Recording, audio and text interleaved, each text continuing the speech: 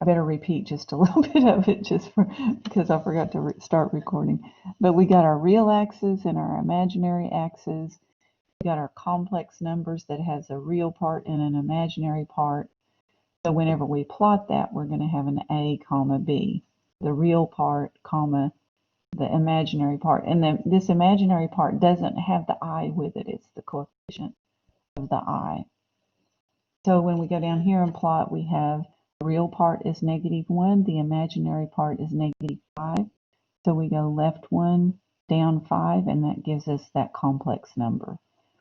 This one doesn't show the real part, but the real part would be 0, because 0 plus 3i is the same thing as 3i.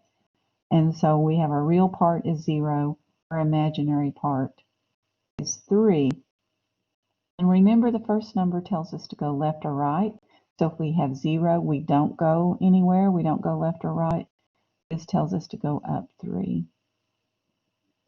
So that would be our 3i. And then this one's -4, which is just the real part, plus 0 times the imaginary part. So we don't have any i's. And so when we put that in as written as an ordered pair, then we'd have -4, comma 0. You know, our left number tells us to go left or right. So we're going to go left 4. And then the second number, up or down, we don't go up or down. We just stay right there on the real axis. So that's a -4. So numbers that just have a real part are going to land right here on the real axis. And numbers that just have the imaginary part are going to land on the imaginary axis. And then the ones that have the real and the imaginary, and I'm thinking of this right here when it's 0, but when they have the real and the imaginary, they would end somewhere else, not on the real axis or the imaginary axis. That makes sense? That looks pretty awesome, doesn't it? Not too bad. Yeah, I kind of like this. Okay, so then we go and we start looking at the absolute value of a complex number, z equals a plus b I. And the absolute value of a complex number is the distance between a, b, and 0, 0. Let's see, and so we had a question here. So we don't really mind the I. And I think what you're saying is we don't put the I in here as an ordered pair. Maybe ask that a different way because I'm not sure I'm understanding. So we don't really mind the I. We kind of just ignore the I because we're looking at the real part here is -4, and the number in front of I is what we use to plot. And the number in front of I there would be the 3, and the number in front of there would be -5. Did that kind of answer your question, Jose?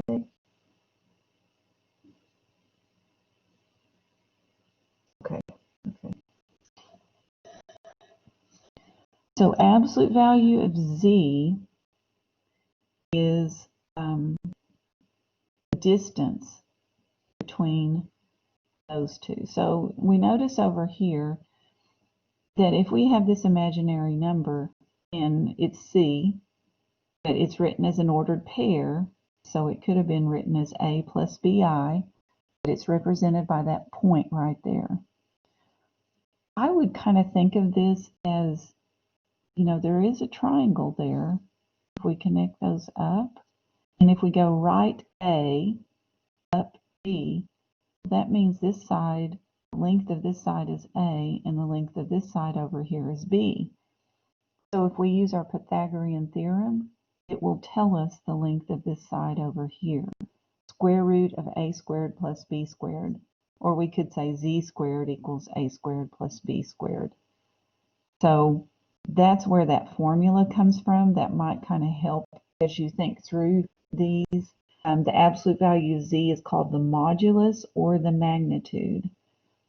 I haven't really heard it called modulus too much, but magnitude in my experience has been the more common word to use for that. But it looks like the authors is more used to the modulus terminology. Okay, so we want to find the modulus, or we want to find the magnitude for the absolute value of z. So the absolute value of z is going to be our a squared plus b squared. If we write this as an ordered pair, we would have a -7 is the real part, comma, and -12 is our imaginary part. It's the coefficient of the I. And it might help to go ahead and write it that way, because now we have our A and our B. And so when we go to this formula, we would just take the square root of the -7 squared plus -12 squared. So we'd have the square root of 49 plus 144. And that's 193, is that right? 49, I'll go ahead and put it here, plus 140. That one doesn't come out even, so we're just going to leave it square root of 193, and that would be our answer. Yes, Jennifer? For like these problems, does it matter if we have the calculator in like radian or degrees? It doesn't matter. It really doesn't matter. Now, since we're not the sine of something or the cosine or tangent of something, we're not dealing with an angle, I guess. So it wouldn't matter. Okay, thank you. You're welcome. Okay, now this one as an ordered pair, how would we write that? B4 and then -6. Perfect. So then we can see our A and our B, and I don't know if that helps you to write that, but mentally we have to kind of think of it as that. So the absolute value of z, the magnitude of z, the modulus of z is the square root of 4 squared plus -6 squared. And you may not want to write that all out, but it's up to you. Okay, so that gives us the square root of 16 plus 36. 16 plus 36, 52. I'm thinking about 52. I know that 4 will go into it. Just kind of popped in my head. So if we divide it by 4, it's 4 times 13. I'm just thinking if 4 is a perfect square. So we're going to be able to reduce that radical. And the only way we can reduce these radicals if we can find a perfect square that goes into that number evenly. And since we know 4 times 13 is 52, then we can take this and rewrite it. The square root of 4 gives us 2 square root of 13. So that would be our answer. What do y'all think of that? Thumbs up, thumbs down, question? I like it. I like these problems. Yeah, these are kind of fun, aren't they? So you may like chapter 7 a lot better. Okay, write the polar form of a complex number. So we've talked about these complex numbers. Now let's kind of convert them from this rectangular form to polar form. So the complex numbers equals a plus bi is said to be in rectangular form because a and b are the coordinates of the point a comma b in a rectangular coordinate system formed by the complex plane. So this is rectangular form. Now we're going to think about polar form. Remember, polar form has r and theta. R is the length of that line, and then theta is the angle that goes with it. Okay. Paper's out of the way here. Okay, so the polar form or trigonometric form of a complex number z equals a plus b I is z equals r, so that's that length of that side right there, cosine theta plus I sine of theta, and that's that angle. So then they kind of talk about, here's a rectangular form, z equals ab. So we know the length of this side is a, and then the length of this side is b. And kind of like what we were talking about before in the previous section, this is X and this is Y. They just kind of change it over to A and B. I guess to kind of differentiate between a complex number and just regular X and Y. But we know that X or A right here is R cosine of theta, and B or Y is R sine of theta. So that's the length of those two. So the angle here, in other words, is theta. So R cosine theta plus I sine of theta, that's polar form. And they go ahead and define down here, A equals R cosine theta, B equals R sine of theta, R equals the square root of A squared plus B squared, tangent theta equals B over A. This is what we did in that last section, except we had an X and a Y, and an X and a Y and an X. Wait, there's X and Y, and that's Y and X. So it's not something real new here. It's similar. It just has A's and B's instead of X's and Y's. The value of R is the modulus of Z, and we say that theta is an argument of Z. There are infinitely many choices for theta, but normally theta is taken on this interval from 0 to 2 pi. We just kind of assume that's the case unless they tell us differently, or between 0 degrees and 360 degrees. Okay. So here, sometimes we write it this shortened way. Instead of having to write out cosine theta plus I sine of theta, we just have CIS, C-I-S, which stands for cosine I sine. So it's just taking the C, the I, and the S. So that's kind of interesting. So for example, here, 2 cosine pi over 3 plus I sine of pi over 3 can be written as 2 cis pi over 3.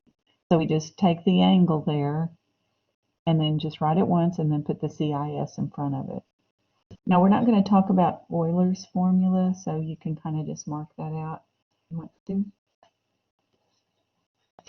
Okay, so write the complex number in Euler form. So if we were thinking about graphing this, which quadrant would we be in? Is it quadrant 3? Good. Okay, so we would go left whatever and down whatever. We'd be down here somewhere, and that would be negative square root of 2 over 2, comma, negative square root of 2 over 2.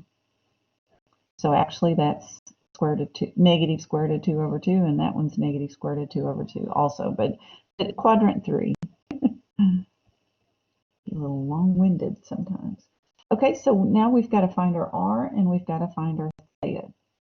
So R is going to equal the square root of A squared, so negative square root of 2 over 2 squared plus B squared.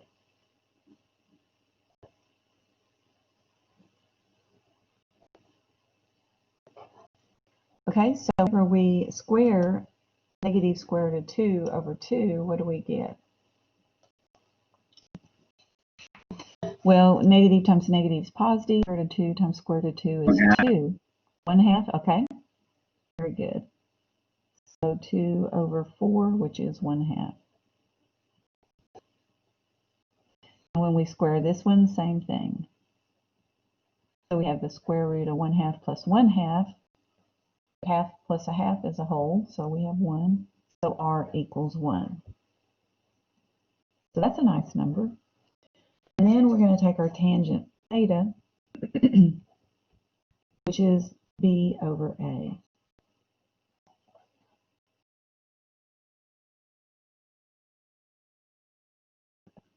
Sorry, I had to clear my throat there. Okay, so we know this is our B. I think it helps to write this in as an ordered pair. There's A, there's B. So we're going to take our B, which is negative square root of 2 over 2, divided by A, which is the same thing. So if you have the same thing divided by the same, well, those two are the same divided by each other, just gives us 1. So tangent of theta equals 1. where does the tangent of theta equal 1 whenever we're in quadrant 3? Is it pi over 4? I mean, sorry, 5 pi over 4? Perfect. So right there, if we take that number divided by that number, sine over cosine, that would give us 1. So 5 pi over 4 would be our theta. 225 degrees. I'm sorry, what'd you say? I think in Alex they asked for 225 degrees. Okay. Yeah, Or I don't know. The answer's right there. Yeah, for some reason, some of them are in the notes. It was showing this one as in radians. So, but there are some problems that it's going to put them in degrees. So be able to do it either way, and just kind of look and see which way Alex wants you to put it in. But we could put this either in radians or in 225 degrees. Jennifer? I also have a quick question. Where are we using like tangent and stuff? Okay, tangent is because we're trying to figure out this angle. And so if you remember, the tangent of theta equals our y over x. Back in the day, we called it y over x. But now we're calling it b over a. We're kind of using like is it SOHCAHTOA or? Okay, Okay, right. okay, I Very understand good. it now. Yeah, because we could say opposite over adjacent. Yeah, so TOA might even be a better way to think of it. Okay, thank So, you. yeah. Thank you for explaining it. And that's kind of our purpose here, was to find theta. So we took the opposite over adjacent. If we were thinking of this in terms of a triangle here, you know, we could think of it, we're looking at this reference angle here, the theta. Well, I should put that as an alpha because we're actually thinking about this angle right there. So that's a 45-degree angle, or a pi over 4. But from here to here, it would be 5 pi over 4, or 225 degrees. So write this in polar form. We know that z equals r cosine theta plus I sine of theta. So z equals 1 times cosine. This one, she wrote it as a radian, so I'm just going to keep it as radians, but just know that Alex may ask for it in degrees. Either way would be fine. Now, the short way to write this, we don't even really need the 1 there, but just kind of show that is our r, is we could just say it's 1, and we really don't even need the r, but we could just say cis of 5 pi over 4. Our secret code for cosine theta plus I sine of theta. So there's a couple of ways to write it. Okay, and then we've got this one right here. We've got 12, 5. There's our real part. There's our imaginary part. And if they had written this in reverse order, 5i plus 12, we would still have to pick out the real part and the imaginary part. Now, what quadrant is this one in? 1, very good. So up here, we would have our angle, and we know this would be 12, that would be 5, there would be this point here, 12, 5. So we're kind of thinking of all that, but we're trying to convert it to r and theta, to the polar form. So we have to figure out the length of this side, and we have to figure out this angle. And again, we're using the Pythagorean theorem. We've got this fancy formula here, r equals a squared, square root of a squared plus b squared, but that's just the Pythagorean theorem. So a is 12 squared plus 5 squared. Square root of 144 plus 25, which is 169.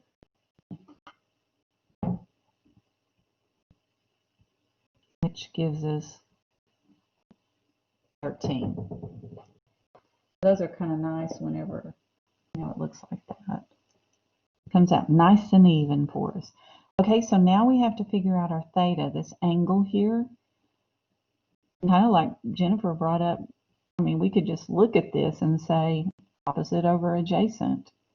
But the formula that we have is B over A, so tan theta equals 5 over 12. And so theta would be the inverse tangent of 5 over 12.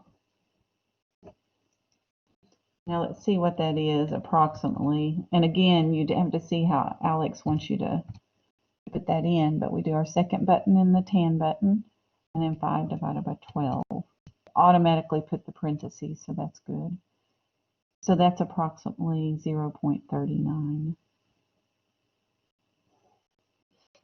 Okay, so writing it in polar form, z equals 13 times the cosine of, now to be really accurate, we would say the inverse tangent of 5 over 12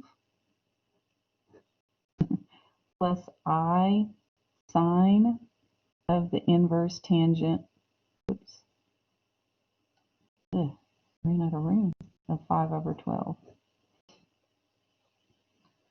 Or we could have put that 0.39 right there.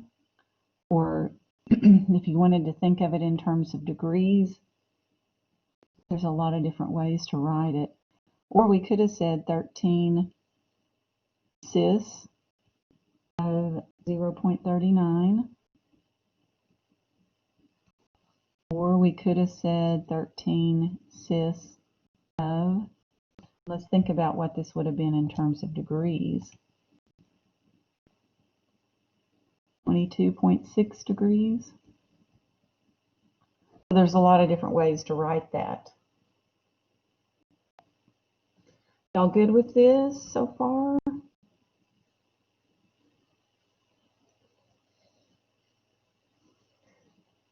I'm going to take that as a yes, and we'll move down to this problem. So no news is good enough. Why did we take the inverse 10? Okay, so this tells us that the angle theta, well, the tangent of theta, the tangent of the angle is 5 over 12. We need to know what theta is. So kind of in reality, what we're doing here is we're taking the inverse tangent of tangent theta. And when we take the inverse tangent of the left-hand side, we just get theta. And then we take the inverse, whatever we do to the left side, we got to do the same to the right side. We just don't always show that step in there, taking the inverse tangent of both sides. And when we take the inverse tangent of theta, that gives us theta. Does that make sense? Okay. And let's see, Jonathan, you said that's how you figure the angle on a right triangle with two sides given. That's true. That's true. Very good. And we will always use tangent for this type of problem because we know the opposite and the adjacent. We know the B and the A. And that's right. I guess if you wanted to go ahead and figure out your R over here and do 13, I mean, you could have done sine theta is opposite over hypotenuse. This one, was it this one where the hypotenuse didn't come out nice and, no, it came out nice and even. Sometimes the hypotenuse doesn't come out nice and even, so it probably, but just the formulas they give us, we use tangent, but just because it's probably easier from knowing these two numbers, but there's more than one way to do it. That's good, y'all are putting it all together. Okay, now this one says, okay, this one's in polar form. We got our z written in polar form. Now let's change it to rectangular form. So we're going to think about cosine of 135 and the sine of 135 degrees. So the cosine is negative square root of 2 over 2, and the sine is that.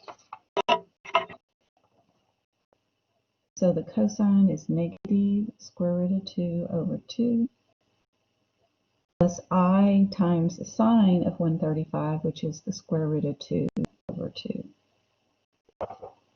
Okay, so now what we're going to do is we're going to distribute the 6. So we're going to take 6 times negative square root of 2 over 2. So remember that's 6 over 1. And then we have plus our I, but I'm going to put the times 6 times the square root of 2 over 2. Because the I we really don't do anything with. It's got to be there. But we're going to work with these numbers over here. Multiply them together. So we know the 2 and the 6 will cancel. So 3 times the negative square root of 2 would be a negative 3 square root of 2. Remember, if it's outside the radical, it stays outside. If it's inside the radical, it's going to stay inside. And then we have plus our I, and that 2 and that 3, they cancel. So we have 3 square root of 3. Sorry, 3 square root of 2. And let's put the I over here. Sometimes they put the I here, and I kind of got used to that.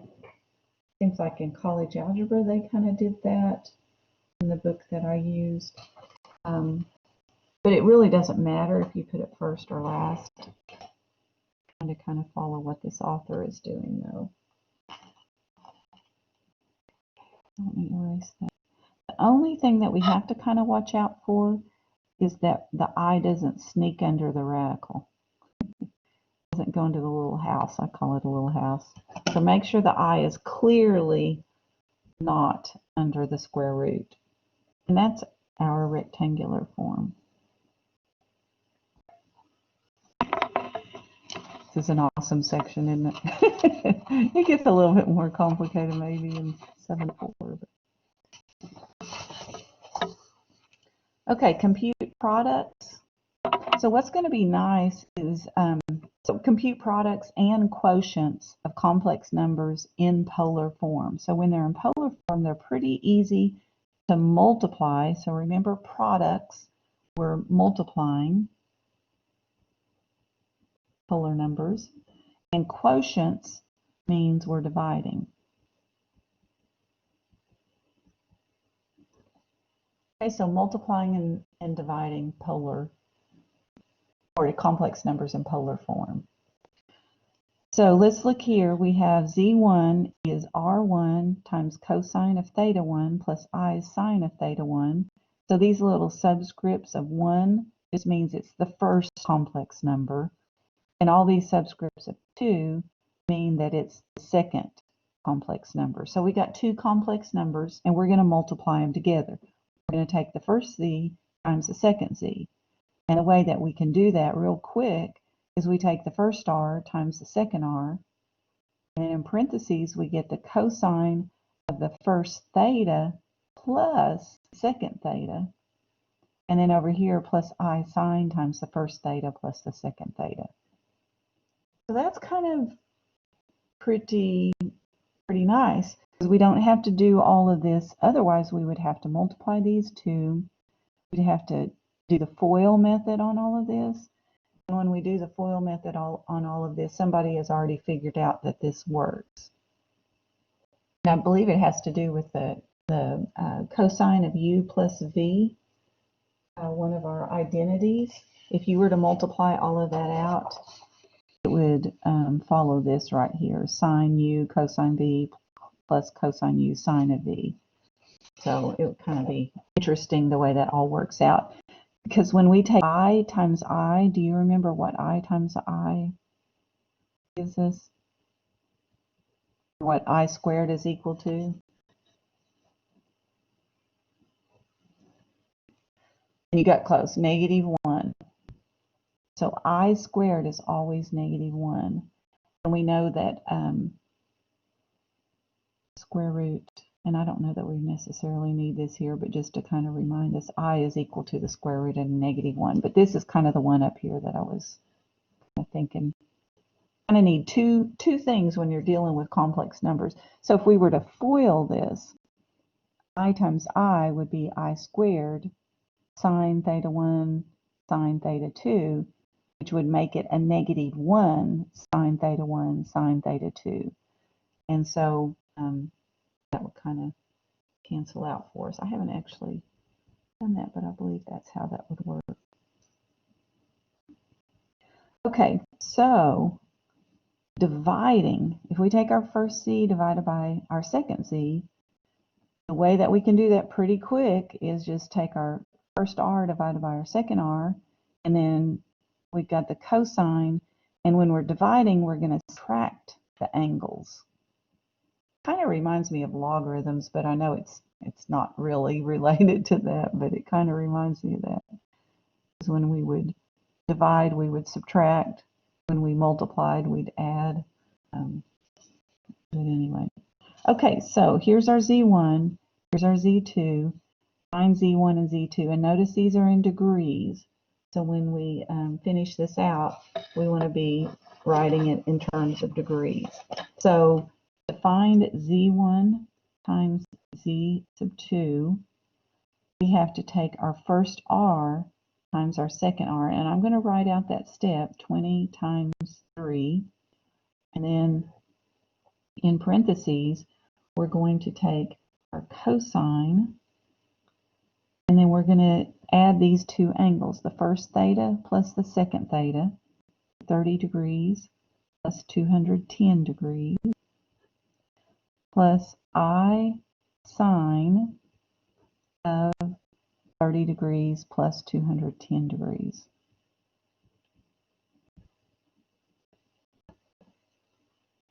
Okay, so Z1, Z2 multiplied together gives us 60 times cosine of 240 degrees plus I sine of 240 degrees.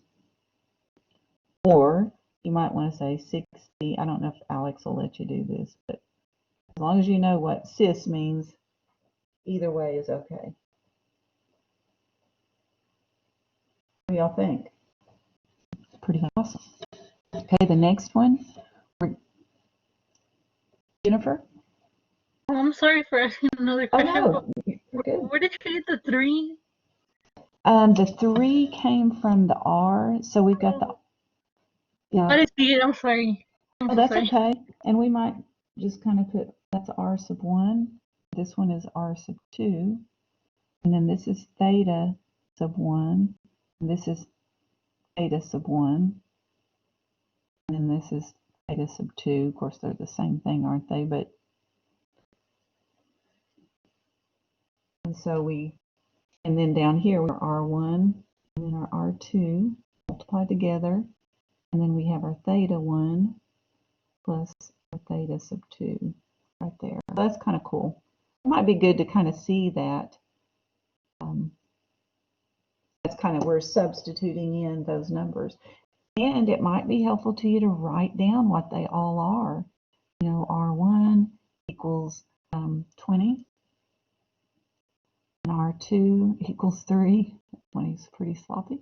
And theta 1 is 30, and theta 2 is 210.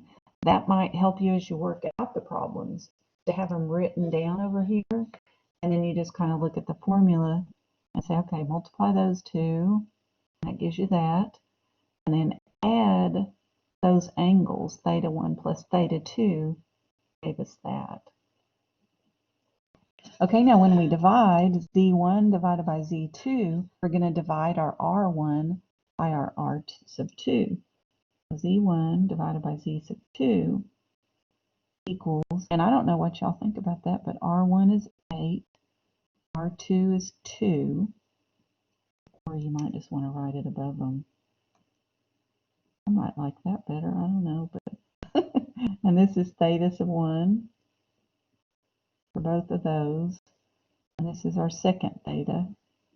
Sometimes it's fun to call it that, but the theta sub 1 is 7 pi over 12, and theta sub 2 is pi over 4. Okay, so we're going to take R1 divided by R2, 8 divided by 2. And then in here, we're going to have cosine of theta 1 minus theta 2. So 7 pi over 12 minus pi over 4 plus pi cosine of the same thing. 7 pi over 12 minus pi over 4. Now we may want to go over here, or maybe just right underneath here. We need a common denominator. So 7 pi over 12 minus, we're going to multiply that by, I'm going to go ahead and put that step in there just in case, because I know fractions can sometimes be 7 pi over 12 minus 3 pi over 12, which gives us 4 pi over 12. That reduces, doesn't it? What does that reduce to?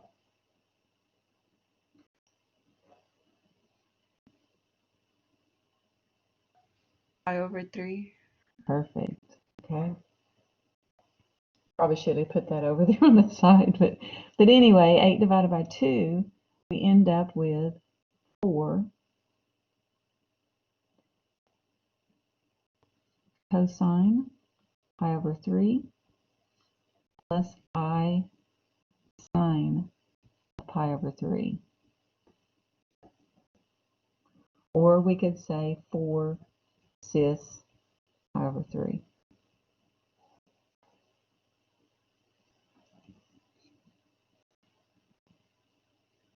Ah, the sum and difference formula problems in the last section. Well, that's cool that you're making that connection with the two sections. Very good. So what happens when we have the brackets? And you're talking about, we could have put brackets right here. Is that what you're thinking? Might be better. Yes. And I think that might be good to go ahead and put brackets right here because we have too many parentheses kind of in the problem. Oh, and you're kind of wondering what brackets are, just like a parentheses. It's just sometimes we'll put brackets there just because there's all these parentheses here, and this kind of lets us see quicker that this gets distributed over both of these terms. So it's just a way of kind of grouping those together.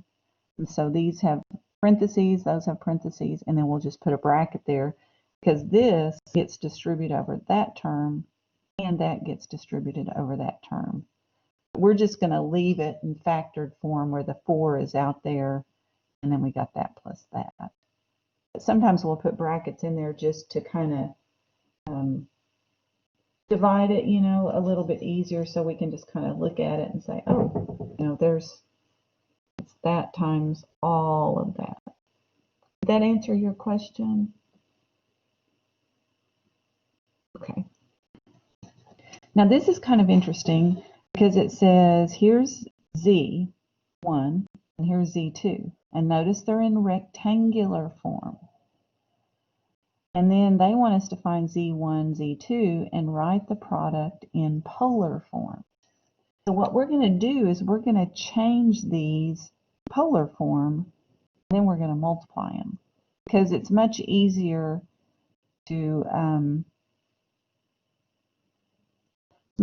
just to change them to polar form and then multiply them. Actually, you could do it either way, but I think we'll kind of go with changing them to polar form first. Okay, so we're thinking about Z1 as an ordered pair would be 1/2 comma square root of 3 over 2. What quadrant is that in?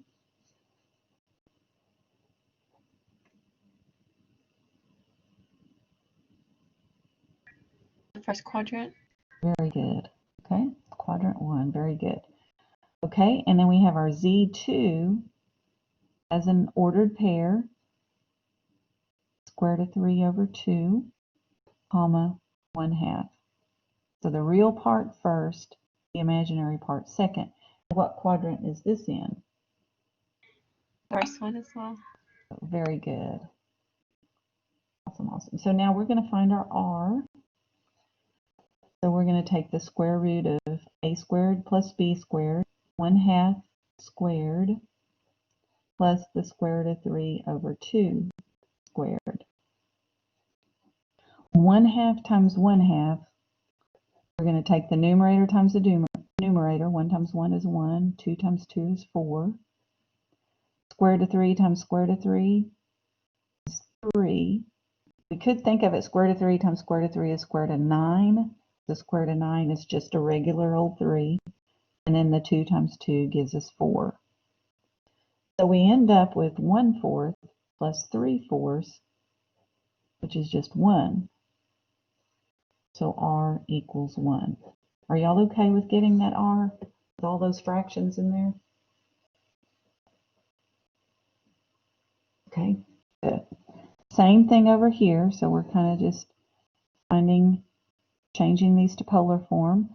So R is going to equal the square root of square root of 3 over 2 squared plus 1/2 squared. So A squared plus B squared. And then when we square that fraction there, square root of 3 times square root of 3 is square root of 9, which is 3, over 2 times 2, which is 4. And so we have the same thing, it's just backwards, isn't it? We get the square root of 1, so R is 1 over here. That kind of simplifies our problem a little bit. Okay, now we need to find our theta, because we're changing it to polar form. So the tangent of theta equals B over A. You know, that's A, that's B. So square root of 3 over 2 over 1/2. And we kind of remember that, you know, if we take everything times 2, then we just get the square root of 3 over 1 for the square root of 3. I kind of think it helps to think of it as the square root of 3 over 1, because what you're doing is we're looking in the first quadrant, and we're going to take tangent is sine over cosine. So we're going to take, you know, this over this. Well, this would give us, and we can kind of ignore the 2's because they're always going to cancel out. So like if you wanted to find the tangent of pi over 3, you can just say that's the square root of 3 over 1, sine over cosine, because the 2's will cancel out. The same thing here, the tangent of pi over 6 is 1 over square root of 3. We usually go ahead and simplify that to square root of 3 over 3, but so square root of 3 over 1, if we're looking here, if we kind of just say, well, the tangent of pi over 3 is square root of 3 over 1, that numerator over that numerator. Does that make sense what I'm kind of saying? Kind of a shorter way of thinking of it. Okay, so pi over 3 would be our theta right here.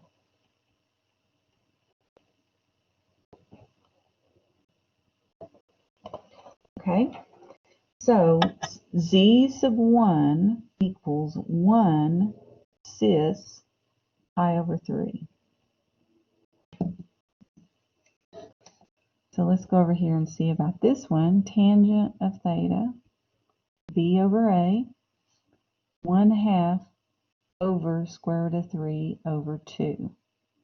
And I think after you've done so many of these, you may or may not want to show this step, but we're multiplying by 2. We do need to know why we just kind of cancel out the 2's, because that still gives us an equivalent fraction.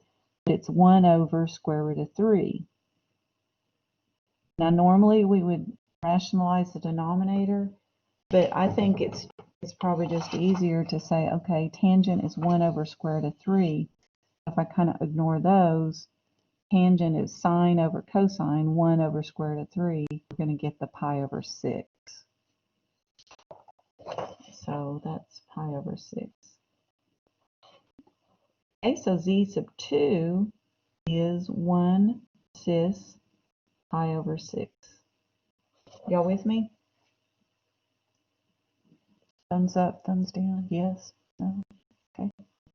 1 yes, 2 yeses. Okay. So now our goal is to find z1, z2. Thank you. And we've got z1 times z2 equals 1 cis pi over 3 times 1 cis pi over 6. So we know that we're going to multiply the r's.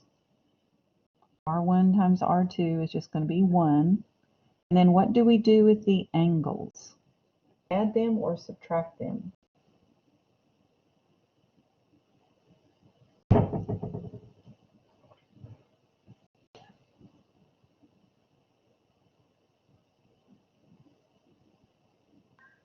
Did you add them?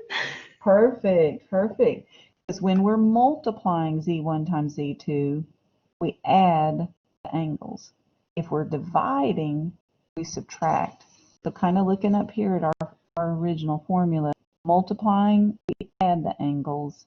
Dividing, we subtract the angles. So we're going to add those two. But we don't have the same we don't have the same denominator. We don't have a common denominator there. So we're going to have to figure that out. Looks like a common denominator would be 6. We'll just multiply both of those by 2. So we have 1 cis of 2 pi over 6 plus pi over 6. 1 cis 3 pi over 6. That reduces to what?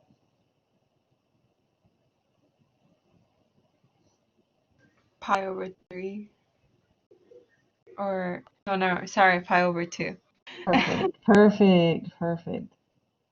So that's going to be our answer. We can just say cis pi over 2. Which is the same thing as cosine, because we've got to remember what this means, of pi over 2 plus I sine of pi over 2. What is the cosine of pi over 2?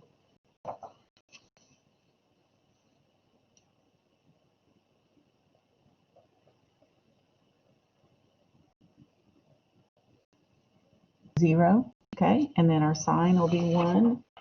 So this is going to equal 0 plus I times 1. So that's just going to be 0 plus I, which is I. So in rectangular form, our answer is just I. Eyes have it. Okay. So that is the first part of section 7.3. So let's move on to the Moivre theorem. I had to look at the book to see how to pronounce that. And here's how they said to pronounce it.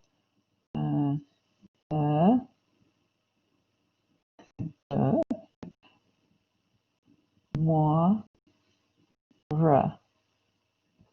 Just in case you want.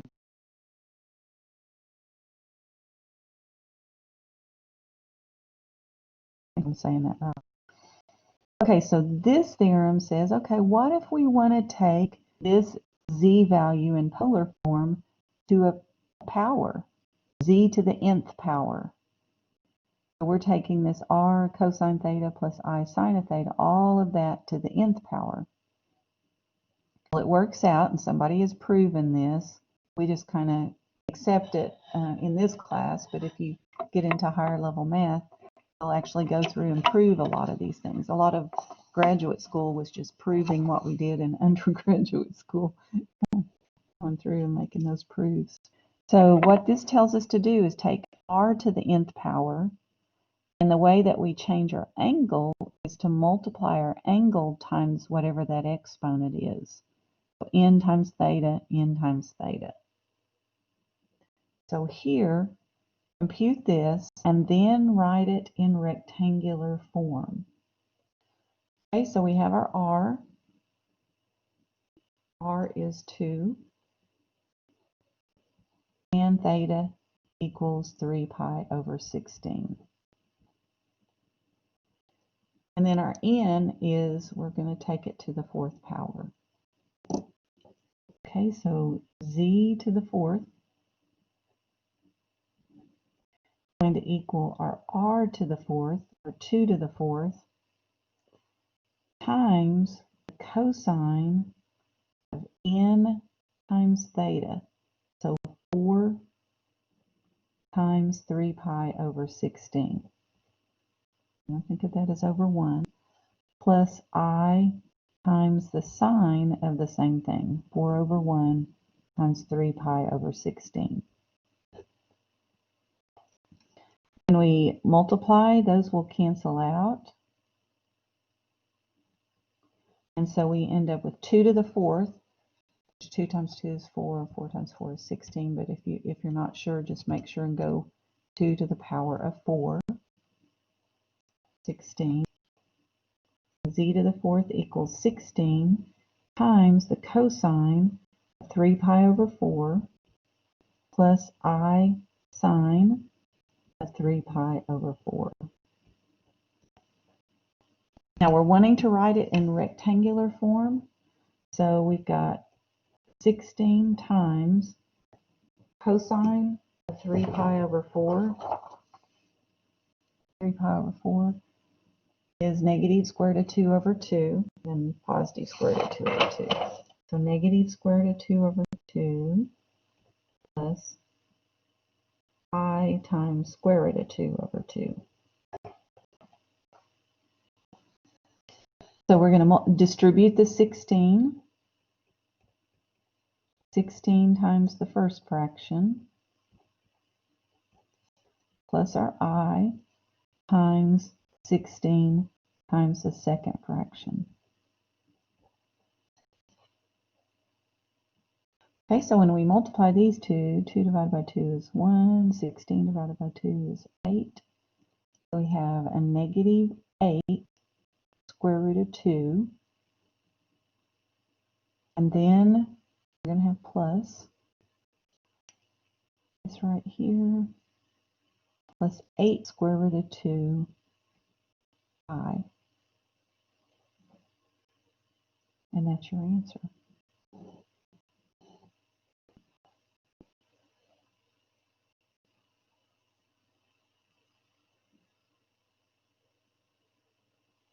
Okay, so this one tells us to compute this to the 6th power. Now, if we did that without changing it to polar form, oh my goodness, it would be 6 of these parentheses, one right after the other.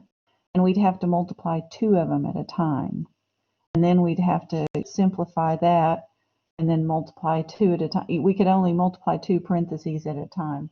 So it would take quite a while to get that done. So it's going to be quicker to change this to polar form, multiply it, or take it to the power of 6, and then change it back to rectangular form. So let's do that. So if, as an ordered pair, we'd have 2 square root of 3, comma 2. There's our A, the real part. There's our B, the imaginary part. And so when we find our R, we're going to take the square root of A squared, 2 square root of 3 squared, plus B squared, 2 squared. So when we multiply this out, let's see, we're going to have, remember, 2 times 2 is 4. And we can take square root of 3 times square root of 3 is 3. And then this is plus 4. So 12 plus 4 is 16, square root of 16, which is 4. So there's our R. Okay, and then we need to find our theta. So tangent of theta equals B over A equals 2 over 2 square root of 3. And we know those 2's will cancel, and whenever we say 2 divided by 2, we get 1. 2 divided by 2 is 1. We're just dividing both of those by 2. So we need the 1 up here in the numerator. It's 1 over square root of 3. So we're trying to find the theta such that when we take the tangent of that theta, we get 1 over square root of 3. Is this in, what quadrant is this in? Pi over 6, quadrant 1. Okay, so pi over 6, you're looking over here at the theta, and we're looking at 1 over square root of 3. So sine over cosine would be this one right here, because sine over that 1 over square root of 3. Are y'all finding those pretty quick?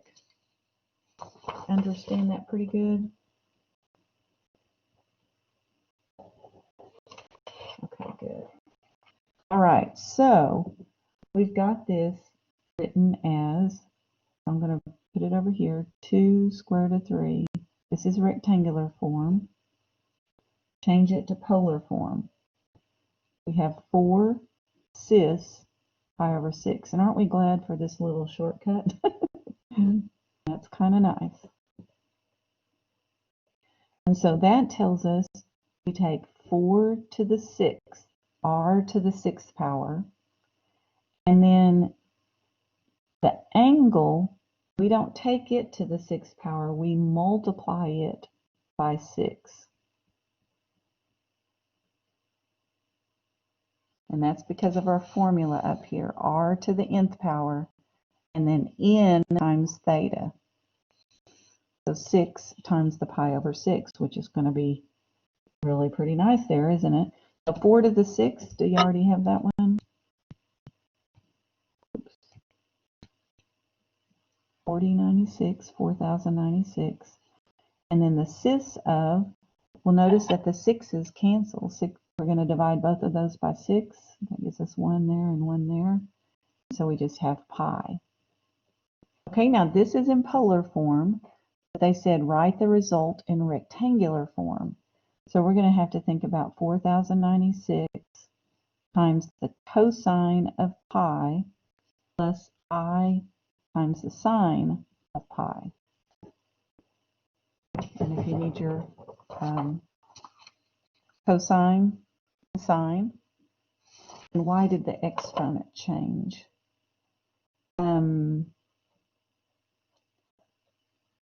And are you talking about right here?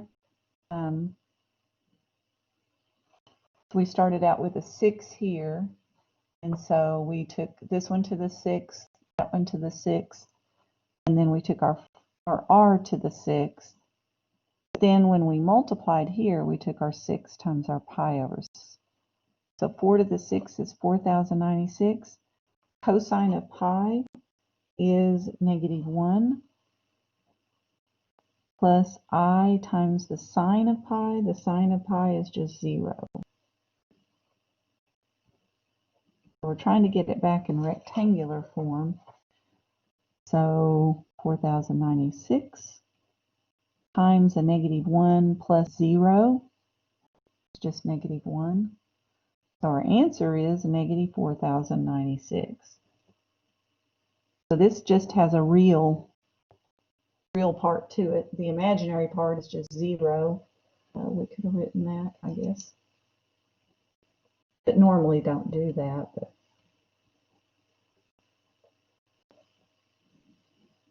what did y'all think of that? Any questions? Once we get it in polar form, we can just take r to the 6th and then multiply this angle times 6. So we're really just following the formula. And that's what the formula tells us to do. Take the r to the nth power and multiply the angle times n. So whatever n is, and n in this problem right here was 6. N in that problem was 4. So it's a little different. Now this is talking about taking the nth roots. So like the square root or the cube root or the fourth root, that sort of thing. So what if we wanted to take the nth root of this complex number in polar form? It kind of helped me to think of it as the nth root of a complex number, nth root of complex number. Should have put A in there. Is a complex number W such that W to the power of n equals Z. So when we're finding the nth root of z, we can take that answer to the power of n, and that should give us z. So it's like taking a square root or a cube root, but it looks a little more complicated, doesn't it? So here's what we get. Kind of makes sense. We're going to take the nth root of our r. So that might be the square root of r, it might be the cube root of r, it might be the sixth root of r. Then here, now just look at this part, we would take our angle and divide it by n. That's kind of the reverse of what we did up here. Here we took our r to the sixth power and we multiplied by 6. Here we would take the nth root of r, maybe the sixth root of r, and we would divide by 6 if our n was 6.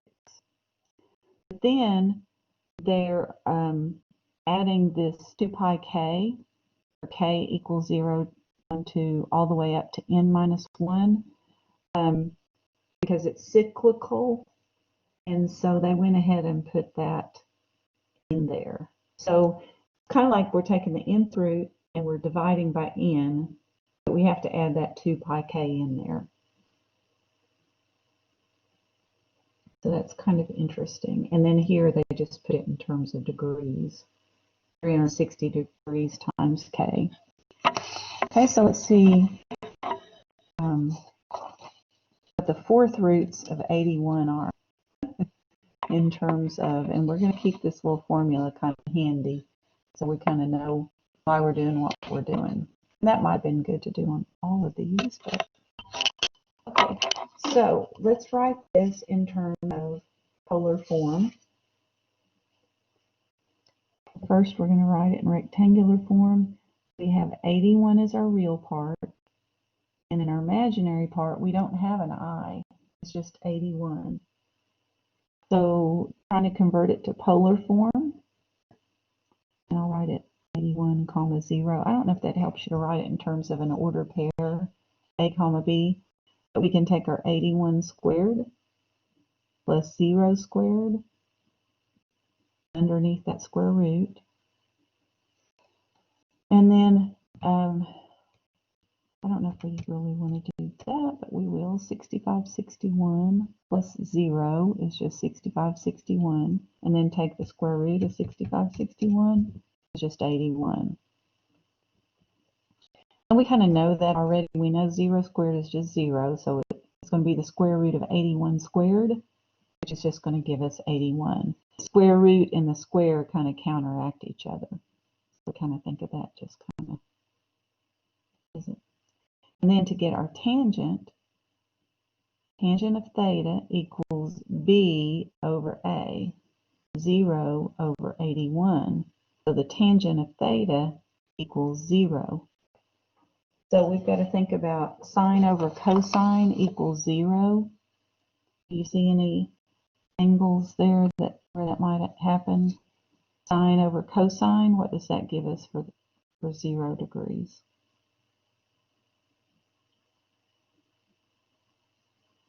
That would be it, wouldn't it? Okay, 0 degrees. So theta equals 0 degrees or 0 pi, however we want to put it. And since we have, I think we're going to keep it 0 pi. Keep it in terms of radians. Again, that you'll have to kind of see how Alex wants you to put it. Okay, so if we want to take the fourth root of, so the fourth root of z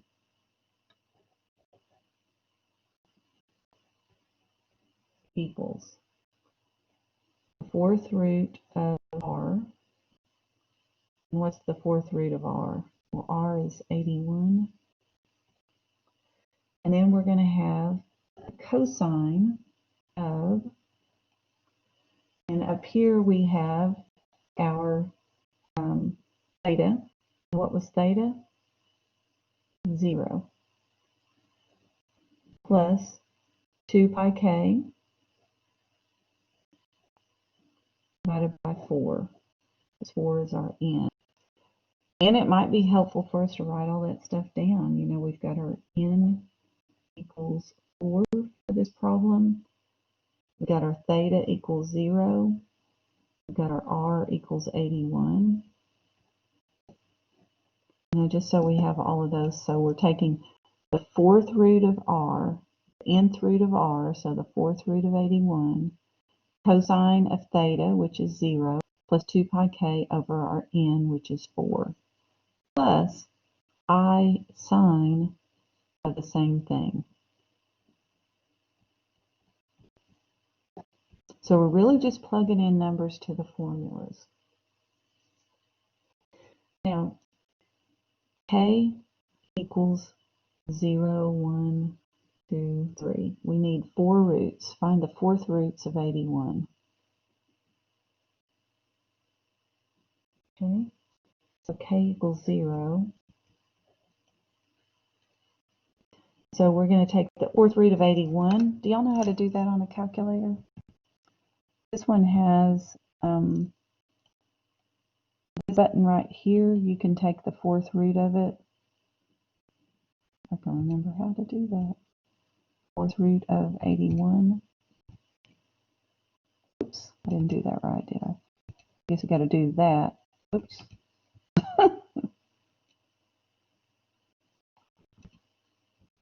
Now you got to put something in there, don't you? 4. There's another way to do it that I usually do, the fourth root, 81. Yeah, why did it not work the first time? I think because I put a parentheses in there, didn't I? So for this button right here, the upside down V, the caret, above it, you'll see the x root of something. It has a little index as x. So if you put in the fourth root, put that index first, and this thing right here is called the index, and then you do your second button and that caret button, then put in the 81. And what I did the first time is I assumed there was a parentheses there, like with the square root, and there's not. So it's kind of interesting. They put it with, I don't need that, do I? Have it. Fourth root of 81 is 3. So that's going to be 3 times the cosine of all that. Okay, the other way to do this, remember that, might be quicker, the fourth root of z is the same thing as z to the 1/4 power. So the other way to do this is take 81 to the power of parentheses 1 divided by 4. And that's because this index of 80, or the exponent of 81 is just 1. 81 to the first power, so it's 81 to the 1 divided by 4. And that gives you the same thing. So whichever way you want to do it. Might be quicker that way, I don't know. So either way. Okay, so if k is 0, then our fourth root of z, or z for this one, would be 3 times the cosine of 0 plus 2 pi times 0 over 4, plus I sine times 0 plus 2 pi times 0. Okay, so 2 pi times 0 is just 0, so we have 3 times the cosine of 0 plus I sine of 0. So that gives us 3 times 1 plus I times 0, which would give us 3. Okay, so that's one root of one of the fourth roots of 81. So then if we go to k equals 1,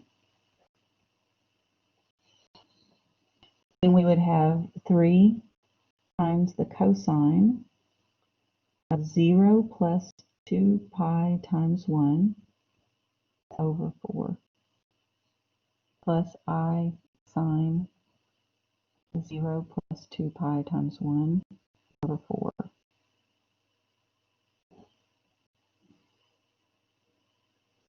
Okay, so that gives us 3 times the cosine of 2 pi over 4 plus I sine of 2 pi over 4. 2 pi over 4 is just the same thing as pi over 2, right?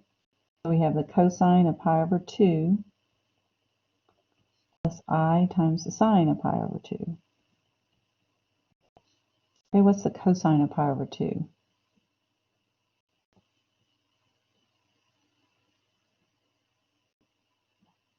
0 plus I times the sine of pi over 2. So we end up with 3 times I, which is 3I. Are y'all with me, or am I going too slow, too fast? Just right?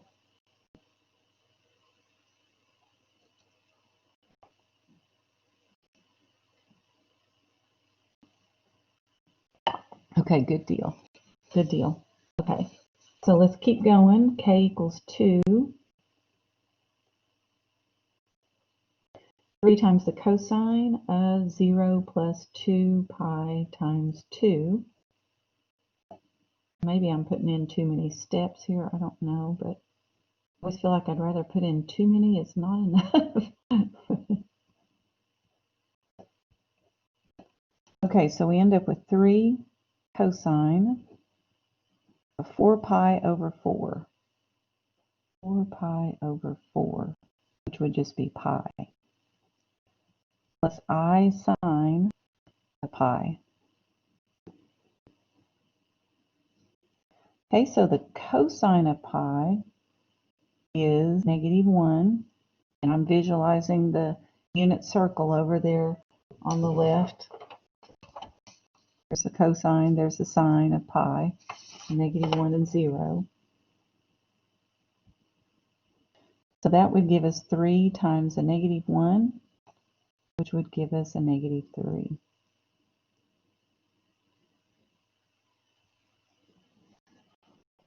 Okay, and then if k is 3, 3 times the cosine of 0 plus 2 pi times 3 over 4. That would be what? 6 pi over 4, which is 3 pi over 2.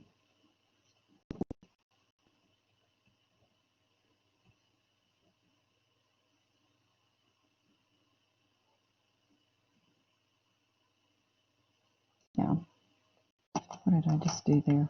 4 pi over 4.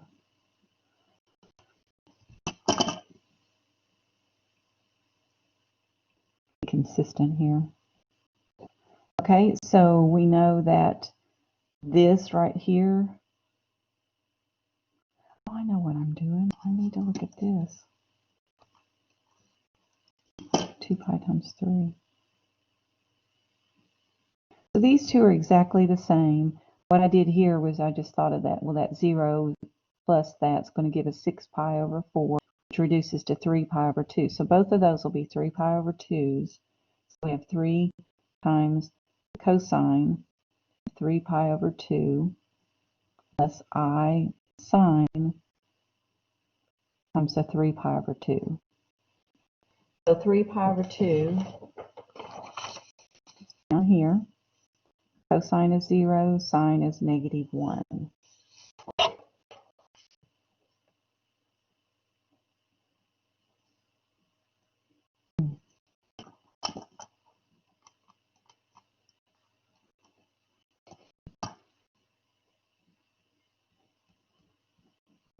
Okay, so cosine 0, sine's -1.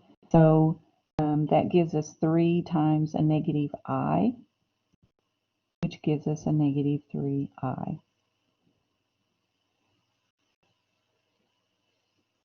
So we got 3, 3I, -3, -3I. So we have the fourth roots here. And, you know, just thinking about this, fourth root of z, we've got 3, 3I, -3, and -3I. What is 3 to the 4th?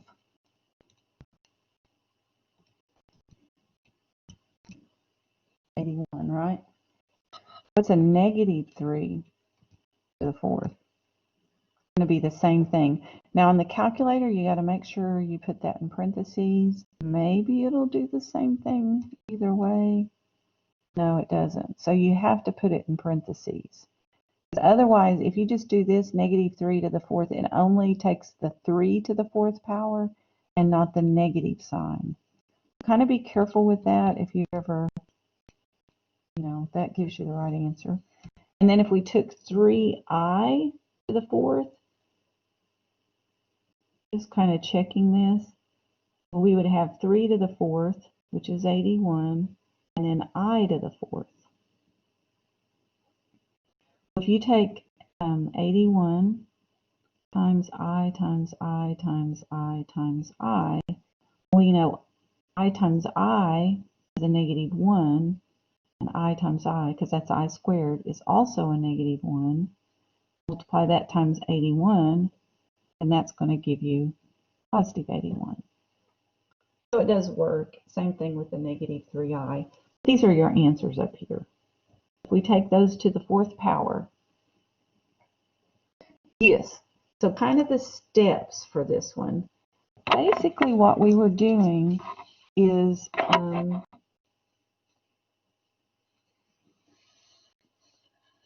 we were going from k equals 0 to n minus 1. So n in this problem was 4. So 4 minus 1 is 3. So we're going to use k equals 0 to 3.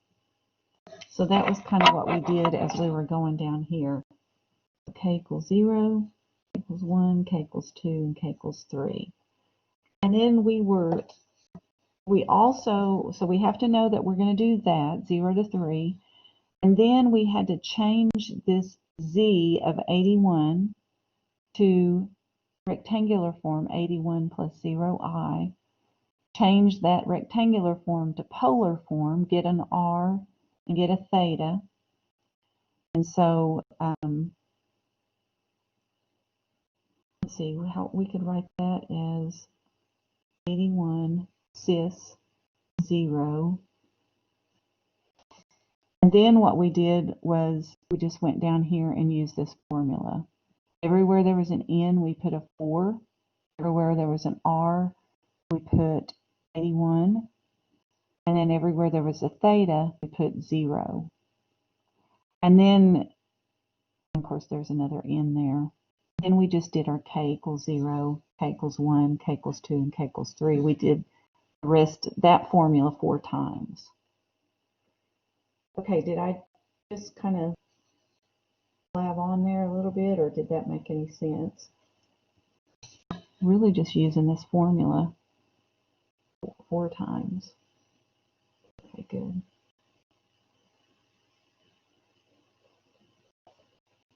Okay, so now we've got another problem similar to the other one, but different, right?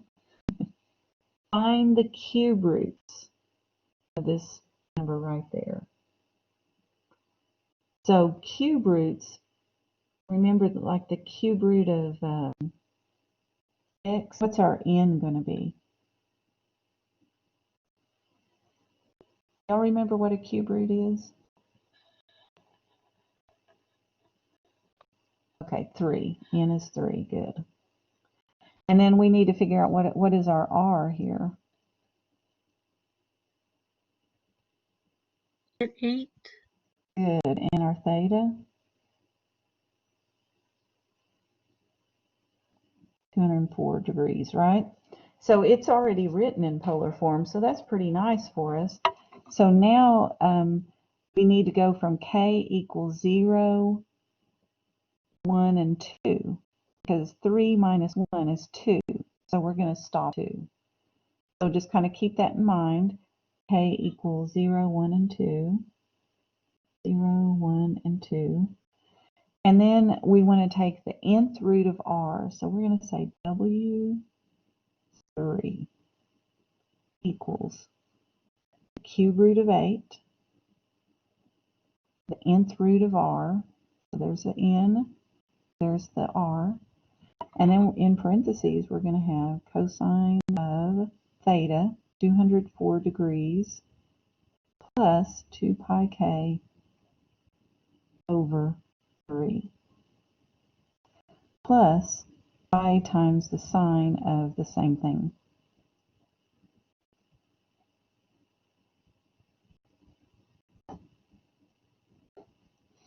Okay, so then we're going to do this for, well, what's the cube root of 8? It's going to be 2, right? And if we wanted to put that in the calculator, we would have, we put in our 3, because it's going to be a cube root, and then we would do our second button, and then our caret button, and then we put in 8, cube root of 8. It's 2 times 2 times 2 gives us 8. Okay, so now we're going to have our k equals 0, and then we're going to do k equals 1, and k equals 2. So we're going to have w sub 3 equals 2, and then we're going to put in cosine 204 degrees plus 2 times pi times 0 over 3. Plus I sine 204, the same thing, plus 2 times pi times 0 all over 3. And it might be kind of nice just to figure that out over to the side and then just put it in. 2 times pi times 0, that goes to 0. 0 plus 204 is 204. And that does divide evenly. You can tell that a number divides evenly by 3 if you add up 2 plus 0 plus 4 is 6. 6 divided by 3 comes out even. So we know 204 divided by 3 comes out even. Y'all know that little trick? Kind of nice. So 68 degrees. So we have 2 cosine 68 degrees plus I sine 68 degrees. And that's how they left it, just kind of like that. It's kind of interesting, isn't it? Okay, so if k is 1, we'd have 2 cosine of 204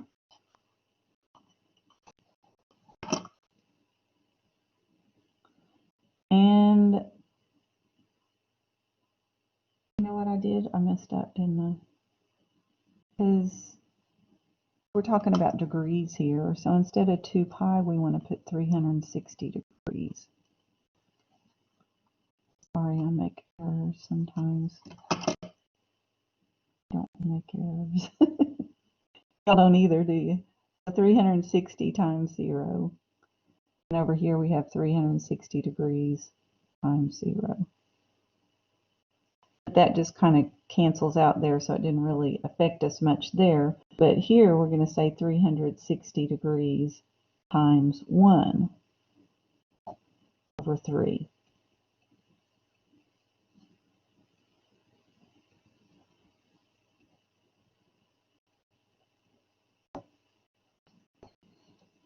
So let's just figure that out. 204 degrees plus 360, which we know times 1 is just going to be 360, equal, divide it by 3, we get 188 degrees.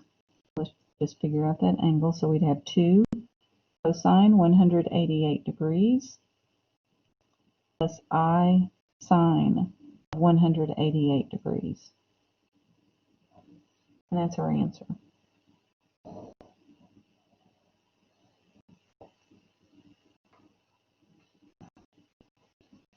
We could actually go ahead and figure out a number for cosine of 188 degrees by putting it in our calculator, but it doesn't, you know, it says write the results in polar form, so we're just going to leave it like that. Now we got one more to do. K equals 2, so W sub 3 equals 2, parentheses, cosine of 204 degrees plus 360 degrees times 2. 720 degrees divided by 3. That cis might come in handy, this one too, if we want to save a little bit of ink or pencil lead.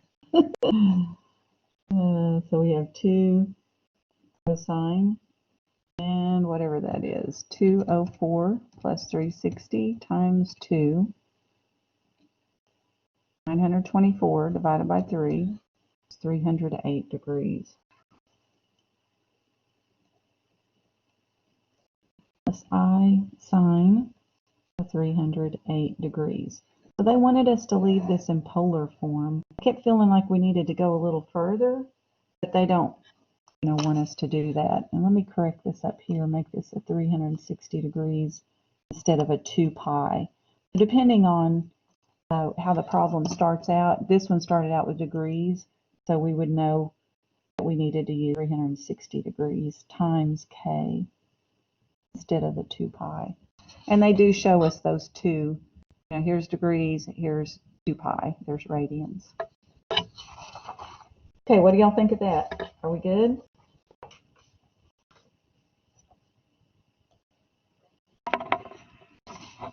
Okay, moving on to section 7.4. Have y'all had a chance to look at the homework on this? Like 7.1 and 7.2, do you feel like it's going a little bit faster? You got it on the second example? Good, okay. Sometimes working more than one helps. And that's the way I have to sometimes just reading things or looking at things. I have to read it more than once or look at it more than once to kind of get it sometimes. Okay, so in this section, we're going to look at vectors. And I think I want to kind of show you the book here. I was kind of reading this, and I thought you might kind of think it was a little bit interesting. And I don't know if y'all ever go in and read the book. Sometimes it's helpful, but it says in physics, the math quantities that are used to describe the motion of an object can be divided into 2 quantities called scalars and vectors. Scalars are quantities that are described by a single value called the magnitude, the size or measure of the quantity. Vectors are quantities that are described by both magnitude and direction. So for example, we got a bus that's traveling 30 miles. Well, 30 miles is a scalar. It tells us how much distance the bus covered. How far did the bus go? 30 miles. However, if we said that the bus travels 30 miles east, we know both its magnitude, 30 miles, and its direction, east. So that makes up a vector quantity. And this is called a displacement, how much it moved, a displacement, because the bus is displaced 30 miles to the east of its starting point. So you can see some applications of that. We're talking about things that are moving and how far did they move. And the speed of an object is a scalar quantity that tells us how fast an object travels. By contrast, the velocity of an object is a vector quantity because it tells us how fast the object travels and in which direction. That's good. This is physics. So some of this application here, and there's a lot of math in physics, isn't there? So sometimes the letters they use might be a little different. So for example, a car travels at a constant speed around a turn at the Daytona International Speedway. Although the speed is constant, the velocity of the car is continuously changing because its direction of travel around the curve changes. So just kind of wanted you to kind of think about that. A variety of scalar and vector quantities are used in physical science courses. Some common scalar quantities are distance, speed, area, mass, volume, and temperature. Common vector quantities are displacement. To me, displacement, I kind of like to think more of it moves, and velocity is traveling somewhere in a certain direction, acceleration and force. So anyway, and I think I'm going to kind of keep going because I just thought this was pretty informative. Vector quantities are so named because they can be represented by a vector in a plane or in space. A vector in a plane is a line segment with a specified direction.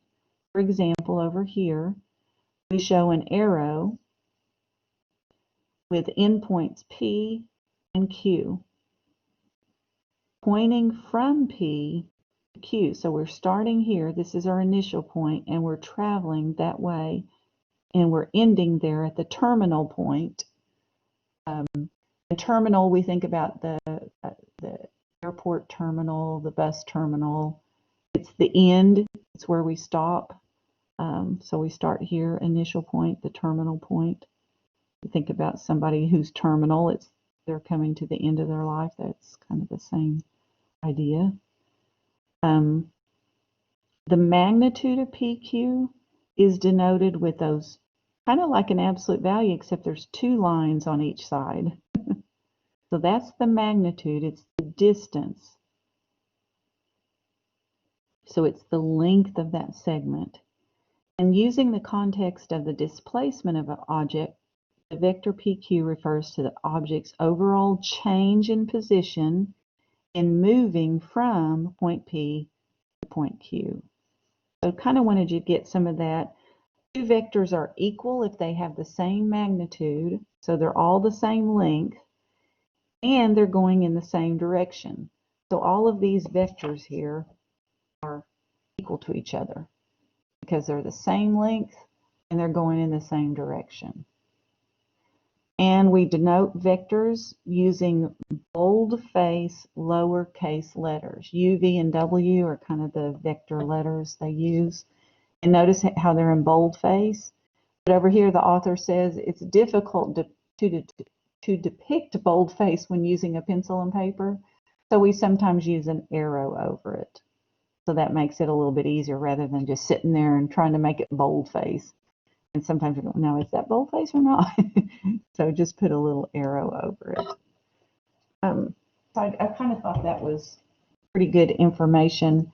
And I guess we kind of got it here summarized a little bit. So a little bit shorter. Scalars, quantities that are described by a single value called the magnitude. And vectors are quantities that are described by both magnitude and direction. So this one's saying we traveled 30 miles. This one's saying we traveled 30 miles in the east direction. Speed is a scalar quantity. We went 50 miles per hour. Velocity tells us we went 50 miles per hour in the east direction. So kind of differentiating those two. So a vector in a plane is a line segment with a specified direction like this. Then they kind of sum up everything I just kind of said there. Got the same pictures here. But I thought some of the wording and the reading in there and the examples were pretty good. She pretty much summed it up all that. I really think the notes are good. They've done a good job with that. Okay, so here, determine if these two vectors are equal. So V is going to start from -3, 1. So go left 3, up 1. There's our initial point. And it's going to end up there at 1, 4. So it starts from there, goes to there. There's our vector. And then we also want to compare it to this one, 0, -3. So we don't go left or right, we just go down 3. And then we go over here to 4, 0.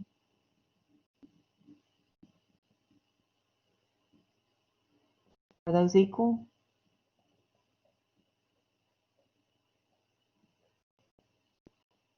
I'm sitting there going, yeah, they look pretty equal, but would we have to get a ruler and say, okay, yeah, it's about right there. They're parallel. They should be parallel, the same distance apart. So do that. But another way to kind of tell is to think about the triangle. You know, it's 1, 2, 3, 4, and then 1, 2, 3. So here we go, 1, 2, 3, 4, up, 1, 2, 3. Kind of thinking about the slope a little bit, if we would think of rise over run. Okay, so those are equivalent, yes. Okay, now let's draw these in green. -4, -2, 1, 2, 3, 4, down 2. Same distance, same direction, perfect.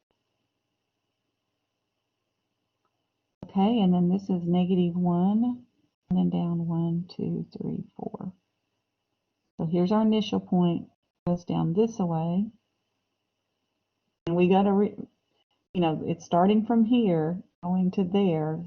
So that's a point, and then our arrow goes towards that one. And then from 4, 2, 1, 2, 3, 4, 2, 2, 1, 4.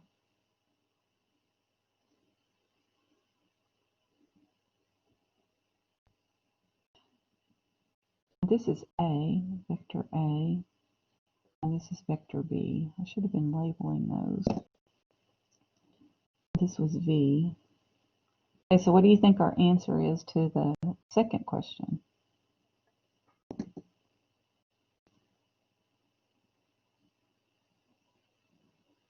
They're equal if they have this go in the same Big fat distance. no. That's a big no. Okay, how come? They're going in different directions. Okay, different directions. Good.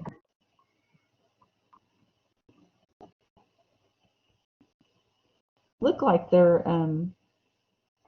probably parallel, and they look like they're the same size and all of that. But just one started here and went south, east. I guess you could say this one went northwest. Probably not technically northeast and northwest, but close enough. Okay, so now on this page, if vector V represents the displacement from P to Q, and vector W represents the displacement from Q to R, so P to Q, there's V, and then Q to R is W, then the vector V plus W represents the displacement from P to R. So the initial side to the terminal side, and then the initial side of the next vector to the terminal point there. I guess I say inside. Initial point, terminal point, and then that's the initial point of W to the terminal point.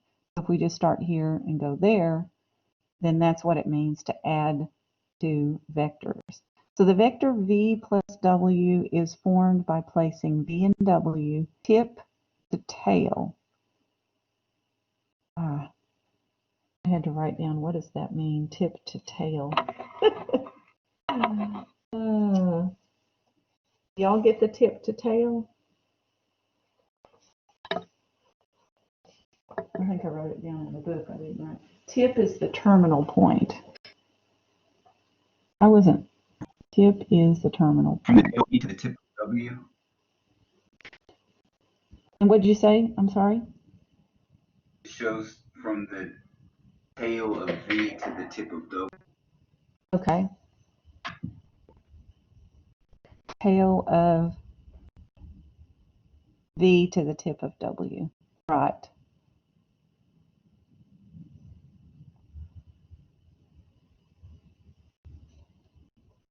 An initial side and terminal side. Initial point and terminal point. Talking about points, not sides. So just in case that was kind of, I was sitting there saying tip to tail, V and W, tip to tail. So the terminal point of V to the initial point of W. I get it in the picture, I just didn't get this terminology tip and tail. And I guess the tip is where the arrow is, and the tail is not where the arrow is. The tip has the arrow. Okay. The sum V plus W can also be visualized by placing V and W at a common initial point, tail to tail, and then you draw this parallelogram where these two sides are parallel and these two sides are parallel, and then we draw the diagonal from this corner to that corner, that's another way to represent V plus W. So it kind of takes this up here and it kind of, you know, finishes it off where we have a reflection of that over here. And we have a reflection of this up here. And so that's another way to kind of represent it. That's kind of interesting to think of it that way. So instead of putting this over here, we put that over here. And it still gives us that same V plus W. Parallelogram, y'all remember what parallel means? It's like railroad tracks. You don't want those things to touch, and those two are parallel. Okay, the vector negative V is a -1 times V and represents the opposite direction. So here we have a V and a W. And so this would give us V plus W. But negative W, instead of starting here and going that direction, it's going to start here and go this direction. And so V minus W would give us this vector over here. I was thinking about it, a negative vector reminds me of the polar coordinates when we're plotting them, kind of. You know, your R goes one direction and a negative R goes the other direction, so it's kind of similar to that. If a vector V is multiplied by a real number k, just a regular old number, the magnitude of k times the vector is the absolute value of k times the magnitude of the vector.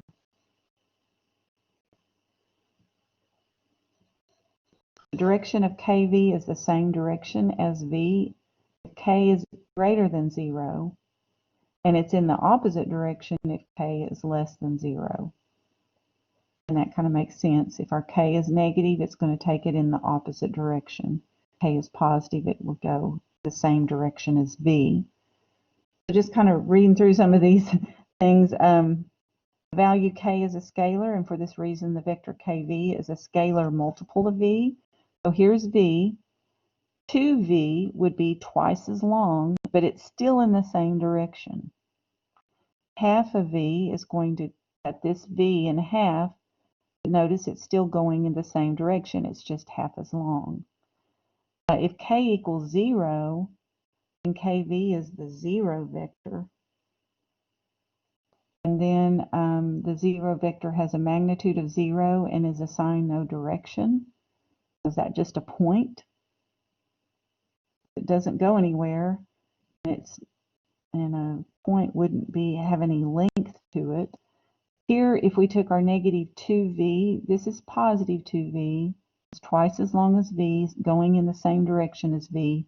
But negative 2v would be the same length as 2v, but it'd be going in the opposite direction. And the same thing with the negative 1/2 times v. So kind of getting some of this terminology down is a little bit fun, isn't it? A vector sketched with its initial point at the origin is said to be drawn in its standard position. So the initial point is at the origin. So that means we start it right here and go out, whichever direction. But most of these, or all of these, are not in standard position. So let's sketch u plus v by placing the initial point of u at the terminal point of v. Okay, so sketch the initial point of u, placing the initial point of u at the terminal point of v. So here's v. This is the initial point of v, the terminal point of v. So we're going to draw this thing, put it at the terminal point here. So the initial point of u is going to go right here. I'm going to put it in red since that one's in red. And then we're going to draw that same thing over here. And I'm kind of looking at this going, it starts in the corner of that little box, goes through that corner, goes through that corner, and goes through it. It goes through 3 corners of the boxes. 1, 2, 3. And that's our u.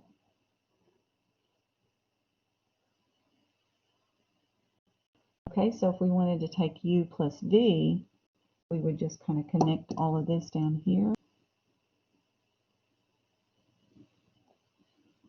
Start from the initial point to the terminal point after we kind of put them together. And so this would be u plus v. And since I'm not going to try to make those bold, I'm just putting the little arrows above them to denote that. Okay, so this one over here, u plus v, let's figure that out by drawing u and v with the same initial point. Okay, so we could just leave our v alone and then draw this u. And that u, I'm going to look at it in terms of, if I have my initial point, I go right 2, right 3, and then down 1, 2, 3, 4, 5, 6, 7, 8. So right 1, 2, 3, down 1, 2, 3. Right 3, down 8. So if we want to start these at the same, so right here is where the V has started. We're going to go from that. We're going to go, maybe I'm going to go down 8.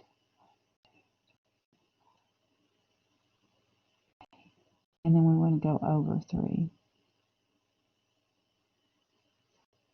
I guess I could have gone that way, right 3 and down 8, it doesn't matter. Oops. Okay, so that's U. I should have put it in red, but I didn't. You see what I did there to kind of draw these where they have the same initial point? And then what we would do from here is we're going to have to think about drawing a parallelogram. And this is a really kind of an awkward parallelogram, but I want these two lines to be parallel.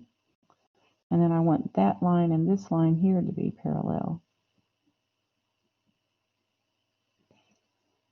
Not sure I did a real good job of that. I think those kind of look parallel.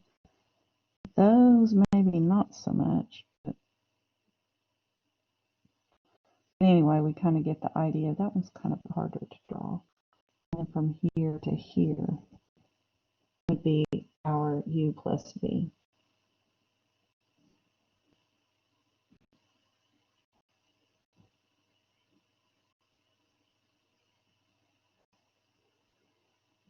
So this was V, and that was U. And so then we draw this parallelogram, those sides, and then we get it.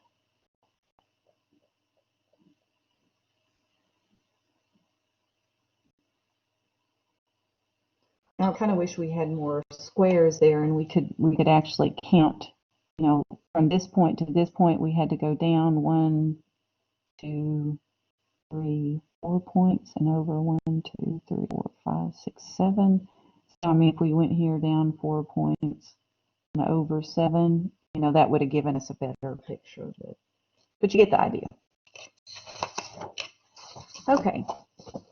So on this page, sketch V minus W by drawing V and W with the same initial point.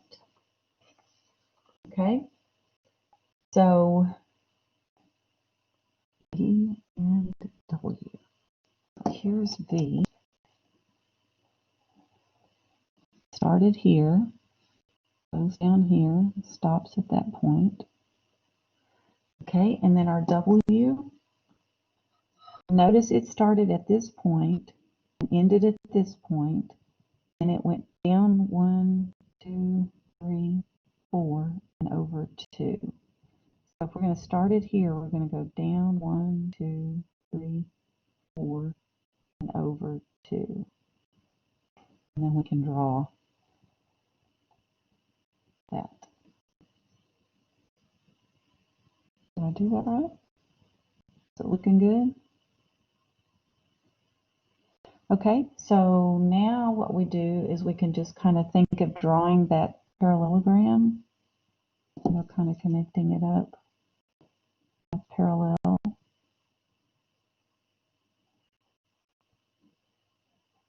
That's V minus W.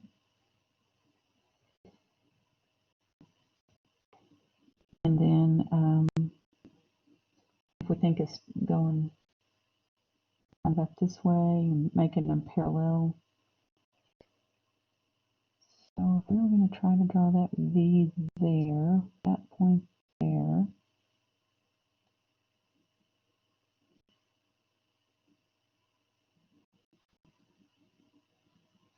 that would work right about there, wouldn't it?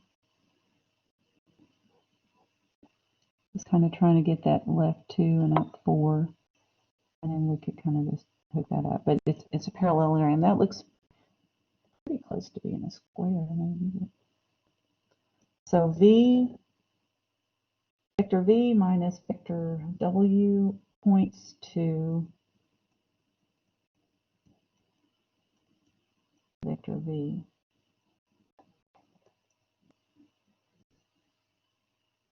Here's our vector V. I know my ink didn't come out real well. This is vector W.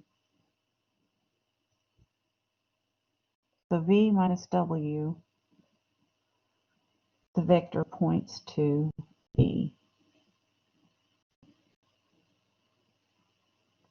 Okay, and then over here, negative 2V and 3W, right, draw those in standard position. So negative 2V.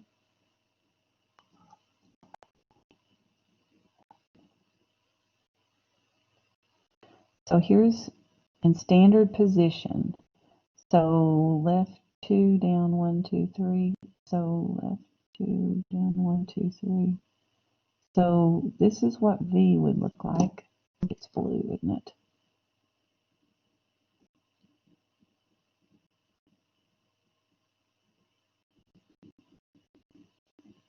There's its initial point, there's its terminal point. So that's in standard position, but we want to draw negative 2V. So that's V. Negative 2V would be in the opposite direction.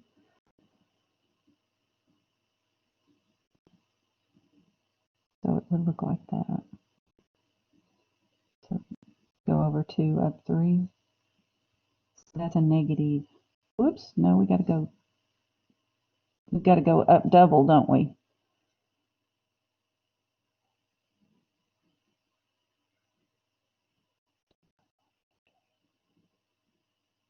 There we go.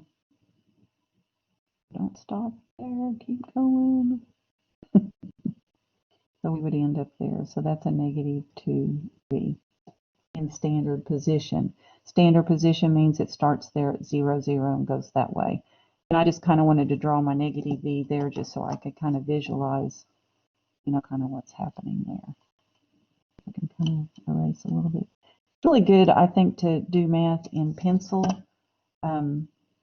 I usually, when I'm lecturing, I always use pen just because it seems to show up better, but pencil might, that's all right. Glad you're here, Zach. Okay, and then we've got 3W. So we are on section 7.4. So problem number 5. Okay, so we've got 3W. So we notice that our 3W, its initial point to end point, we can go up 2, right 2. So we want to do this 3 times. Up 2, and I'm going to put it in red, purple. Up 2, right 2, and we want to do that 3 times because it's 3W, up 2, right 2, up 2, right 2. And so that would give us our 3W. I got to put my little arrows.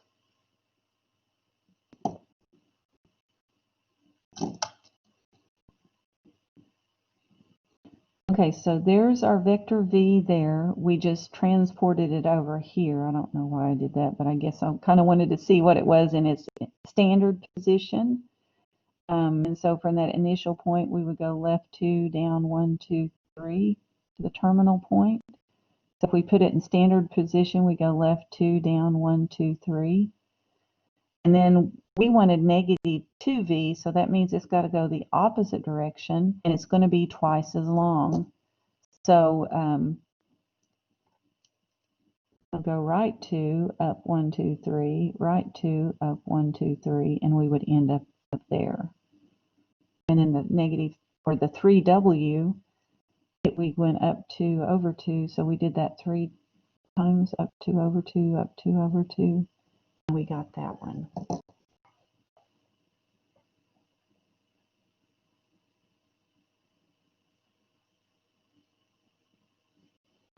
All right, so let's go on down here. I think you're going to like these.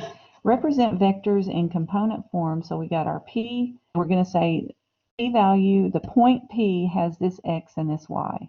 So we're going to say that's the first x and the first y. That's all that little subscript means. It kind of makes it look a little more complicated, but it's just saying we got a first point is p, and it's first, so the first x value and the first y value are that x and y.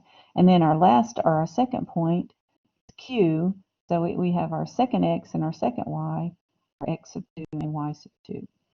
And then our vector v is going to be from p to q. Is y'all's in blue? I was thinking it's in blue. So the component form, in other words, you know, breaking it down here, what we're going to do is, and I'll see if I can kind of show you here. This point means we go right x sub 1. There's a number down here, and we go up to y sub 1. And then this point over here means we go from all the way over here to x sub 2. And then we go up y sub 2. So right x sub 2, up y sub 2. So that would be our y value. So these are just numbers, but this is kind of to represent that point. We went right x sub 1, up y sub 1. At this point, we went right x sub 2 and up y sub 2. So to get the length of this side of the triangle, we take this number minus that number, x2 minus x1. And to get the length of this, or the side of this triangle, we take our y sub 2 minus our y sub 1, and that will tell us the length of that side. I kind of wanted to explain what this all means. Do y'all kind of see what I'm saying there?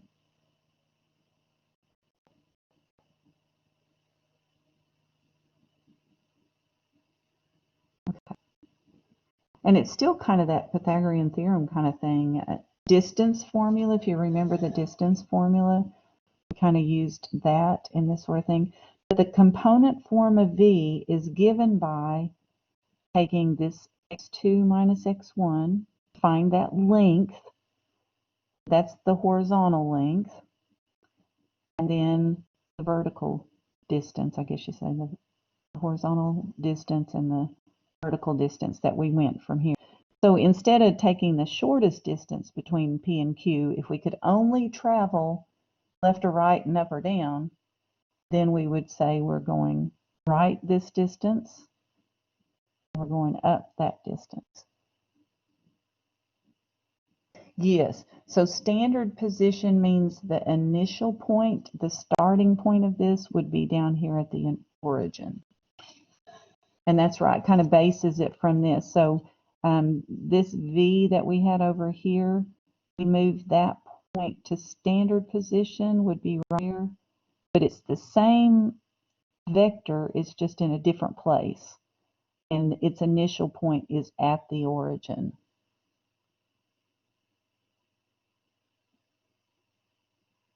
So standard position, the initial point goes to the origin.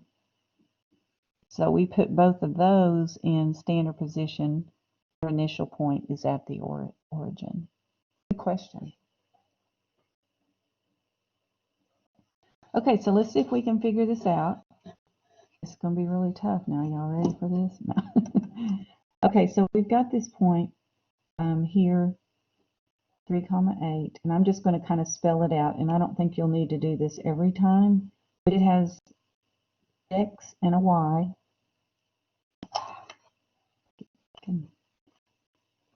Don't talk and write. It has an X and a Y, and so we're just going to label it.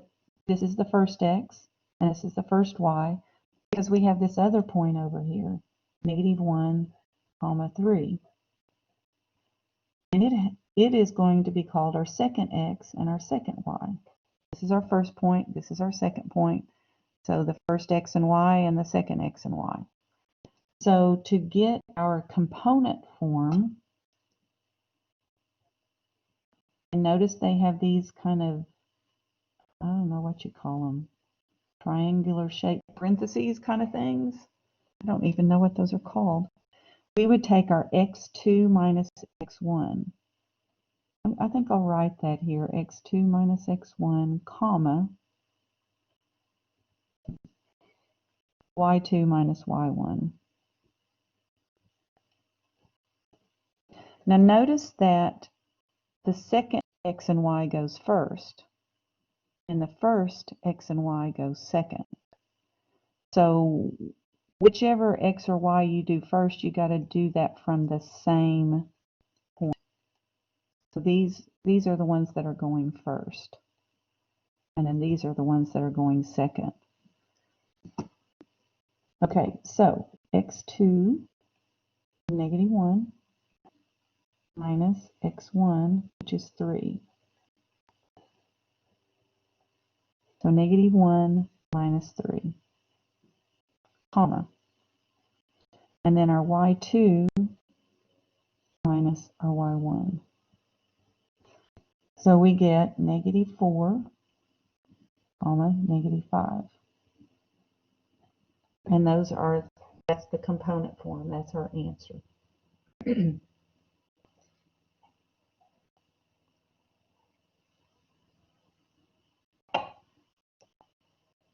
Thumbs up, thumbs down on that one.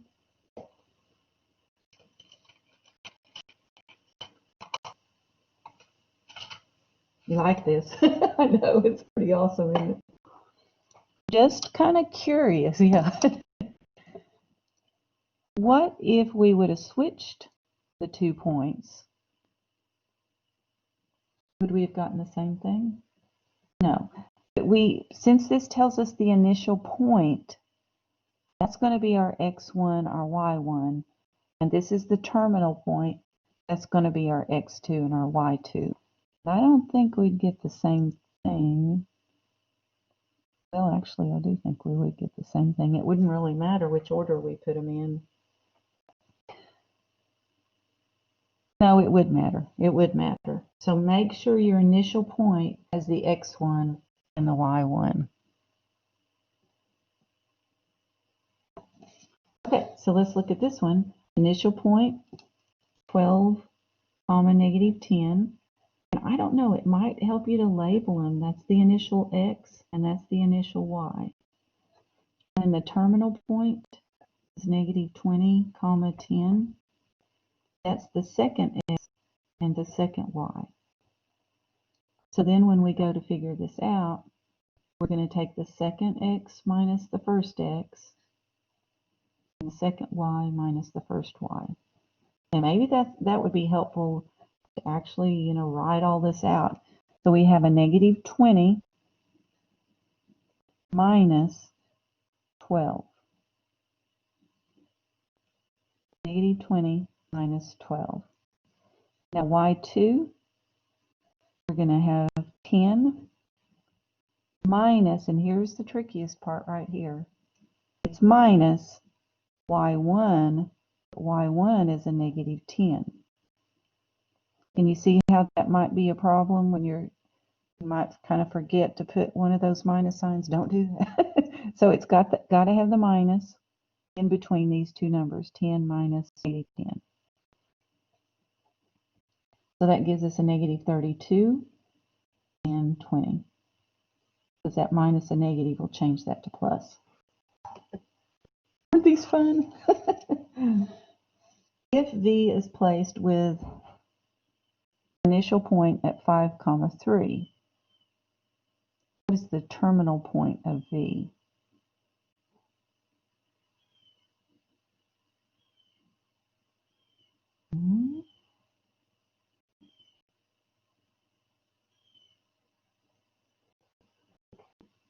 Okay, so if we started with 5, 3,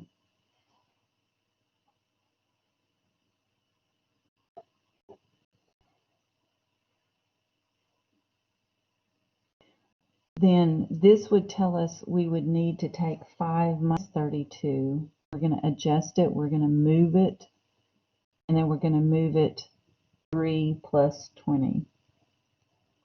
So this kind of tells us how to take this point, move the x, subtract 32, move the y, we're going to add 20, and then that would put us in our new position there, negative 27, 23. So that's how you would adjust the point, move that vector to start at 5, 3 rather than at 12, negative 10. This, when we have it in component form, that will tell us how to adjust from that point to give the same vector in a different place.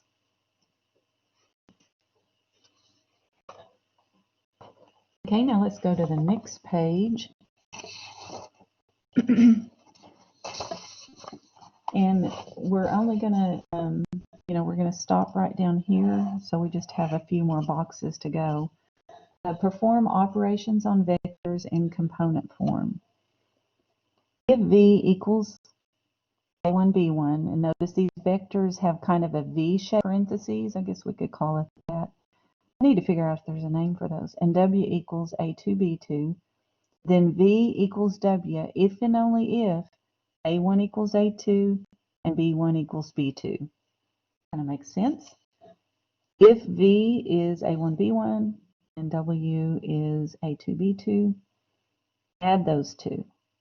So if we're going to take V plus W, what do? You add A1 plus A2, and you, for the second component, you take B1 plus B2. Think we can handle that? And then here to take V minus W, we're going to subtract the A's, A1 minus A2, and subtract the B's, B1 minus B2. And if we're multiplying a vector by a scalar, we're going to take C times the vector. We just take C times the A1, and we take C times the B1. So here's all the properties of vectors. They're commutative. V plus W is the same thing as W plus V. We can group them differently. We can add V plus W, get an answer, and then add U. Or we could take V and add it to W plus U, find that first, and then add it to V. V plus 0 is V. V plus a negative V equals 0. And just know that the V and the W are vectors, so you might want to read through some of those. Now, given R equals that, 1 comma negative 4, and S equals that, find the sum of those two vectors. And remember, when these lowercase letters are bold, we're talking about vectors. So we're going to take 1 comma negative 4 plus 2 comma 3. So to add those two, we're going to take 1 plus 2, and then negative 4 plus 3. Our answer is 3 comma negative 1.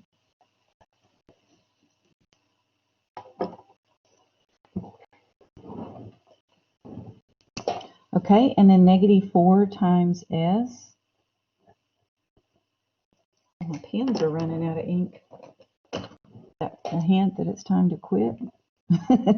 Just about time to quit anyway. So negative 4. Is this different than the last section? In section 7.3?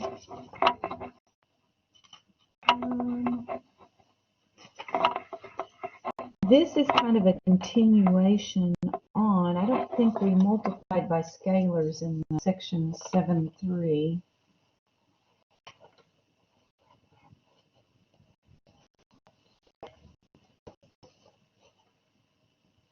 Yeah, I'm not sure. The last problem. Oh, okay. Yes, this one is different because it's just -4 times s. So we're just taking a -4 times this vector. And if we do that, we just take -4 times both numbers. So -4, I'll go ahead and put that step in there. -4 times 3. So just multiply them both and we get -8, comma, -12. And that's our vector. There's that airplane movie, what's your vector, Victor, or something. I always think of that when I see it. That movie's terrible.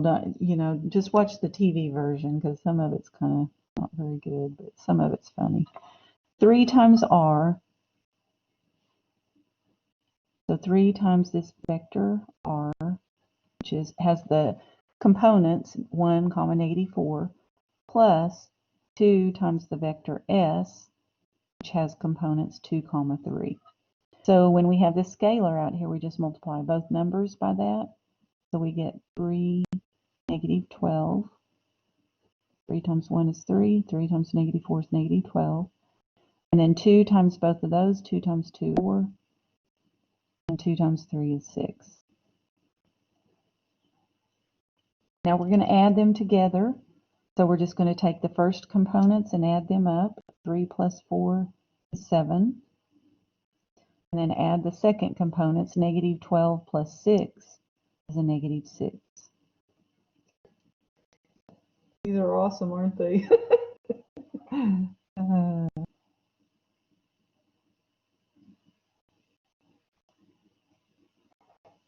Okay, questions? That's all we're going to do in section 7.4. So we basically covered everything for unit 4 exam. And I know some of you are saying this is a bit easier, you're thinking, than it's just getting all the terminology down, the properties, the formulas, and all that. Yes. Oh, you just want just these problems on the test? Forget the other stuff. Let's just do a bunch of these. That'd be awesome. Wouldn't that be nice? Just do about 20 of those and we'll be done. But I think the rest of it's pretty doable also. Kind of, and it might help to read the sections in the book sometimes on these things, but and Jose's kind of saying he's thinking it's going to be a little bit tough to you know, look at the rays and the vectors and kind of figuring out where to put them and all of that. But maybe as you go through it, it's going to kind of come together and it won't be too bad. The test, and I think I emailed y'all a calendar, and let me go look. I was wanting it to be done by Wednesday of next week.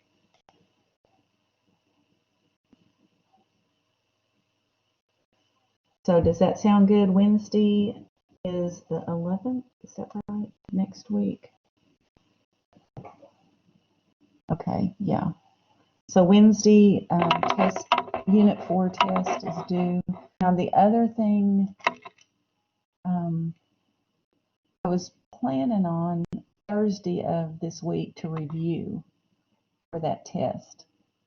And so if you work hard on this, I think you can probably get it done pretty quick. I don't know, quicker than some of the others. Those identities took a lot of time and graphing took a lot of time. I think this is going to take maybe a little less time. But I'm planning on reviewing on Thursday, so I'll get those reviews posted today. You want to practice those, but work on the homework first, of course. And maybe even if you don't look at the review by Thursday, you know, we'll work through one and then I'll give you the extra one if you want to work through it on your own. And then, of course, we'll have a review online also. So, yeah, see, that's what I kind of struggled with. You get the week off for Thanksgiving. So I did put that test due the Wednesday before Thanksgiving, so you all could maybe have a break. But I did in my personal notes. I put. Let me see if I can find it, and I'll show you.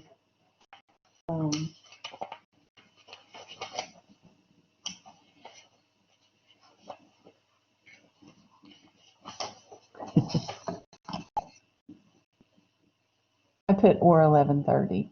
This would be after you come back from Thanksgiving, but I kind of thought if you could get that test done before Turkey Day, you might be kind of happy just to have nothing to do for a while. I don't know. But looking at the calendar, that would be the Monday after Thanksgiving. But it looks like we've got next Tuesday, even though the test is due on Wednesday, I was going to go ahead and start with section 10.1 for Unit 5. Chapter 10 will be on Unit 5. And so I'm going to give you to November 30 to get Unit 5, Exam 5 done. But I'd really kind of hope you could get it done before Thanksgiving, and then y'all can just not worry about it over the break. So that's kind of why I thought, well, let's shoot for Wednesday before, and maybe you'll get it done Friday before, or Saturday before Thanksgiving, and then have some time off. So then what's going to happen is that will be our last regular test, Test 5, Exam 5. We're going to have some more learning to do with Chapter 11, and this is sequences and series. And you did some of that in college algebra. That was in Chapter 8 of college algebra if you used the Blitzer college algebra book in my math lab. So there'll be Unit 6, which is kind of like homework, but there's not going to be a Unit 6 exam. There will just be a few of those problems on the final. And so the final will be comprehensive, but I don't know if y'all are finding the reviews to be kind of similar to the tests. I'm hoping that they're preparing you for the tests. I would definitely do the reviews, and Jose said they are. That's good.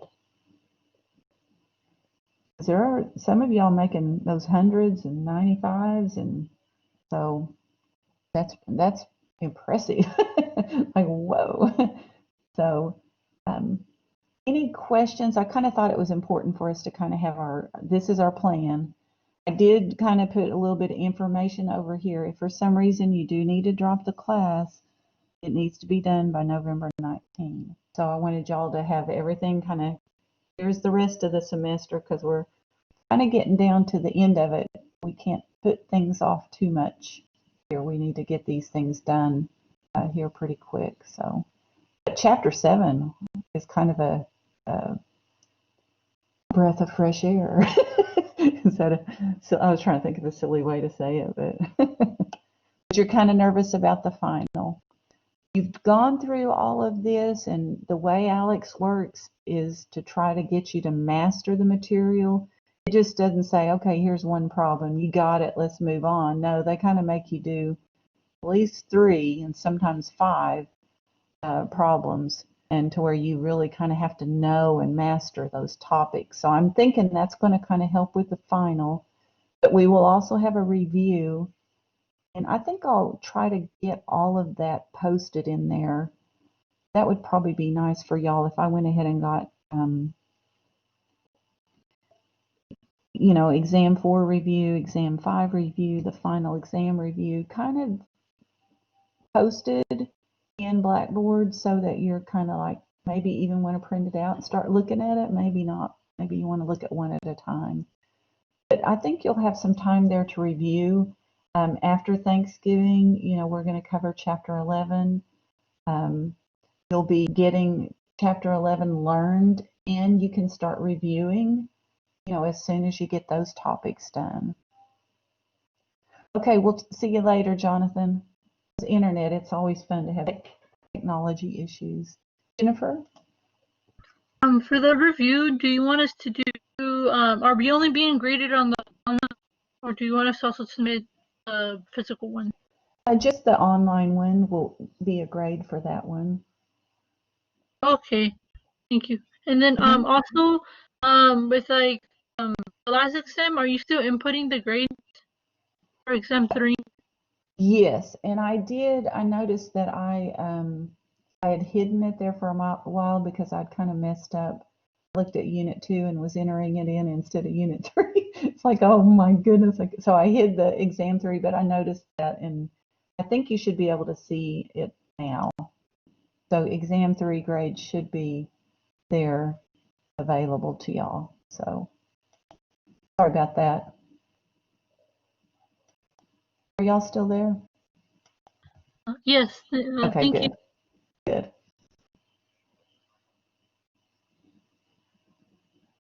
Okay, good deal. Okay, any other questions?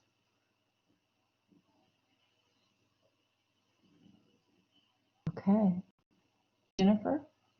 So just to clarify or make sure that I understood everything, so by this Thursday we should have our homework done on Alex, and we should at least try to attempt to do the exam. I mean the review. Exam Yeah, review. that would be great if you have time to do that between now and then. So if you haven't done 7.1 and 7.2 topics, get those done, get 7.3 and 7.4, and then start on your review. That would be great. We'll see you later, Mira. I saw And then Mira. bye, Mir. Oh, go ahead. And exam 4 is due on Wednesday. Yes. Oh yeah, November 11th, right? I think that's Wednesday. Yes, that's right. So, and I did kind of put the day there. So November 11 is Wednesday. Yeah. So I kind of try to think of everything because it helps me to think of what day it is. I know that's not our Tuesday, Thursday day that we normally meet, but I thought, well, y'all might need another day there to kind of review. But the sooner you can get it done earlier than that, I'll just need to get in there and make sure I have everything all set up. Sometimes I kind of forget to, got to put the Blackboard test in there, and I kind of assign the tests. Some of you use Respondus, some of you use Proctorio, and so anyway. Okay, thank you. Hmm. Have a nice day. Okay, you too. Thank you.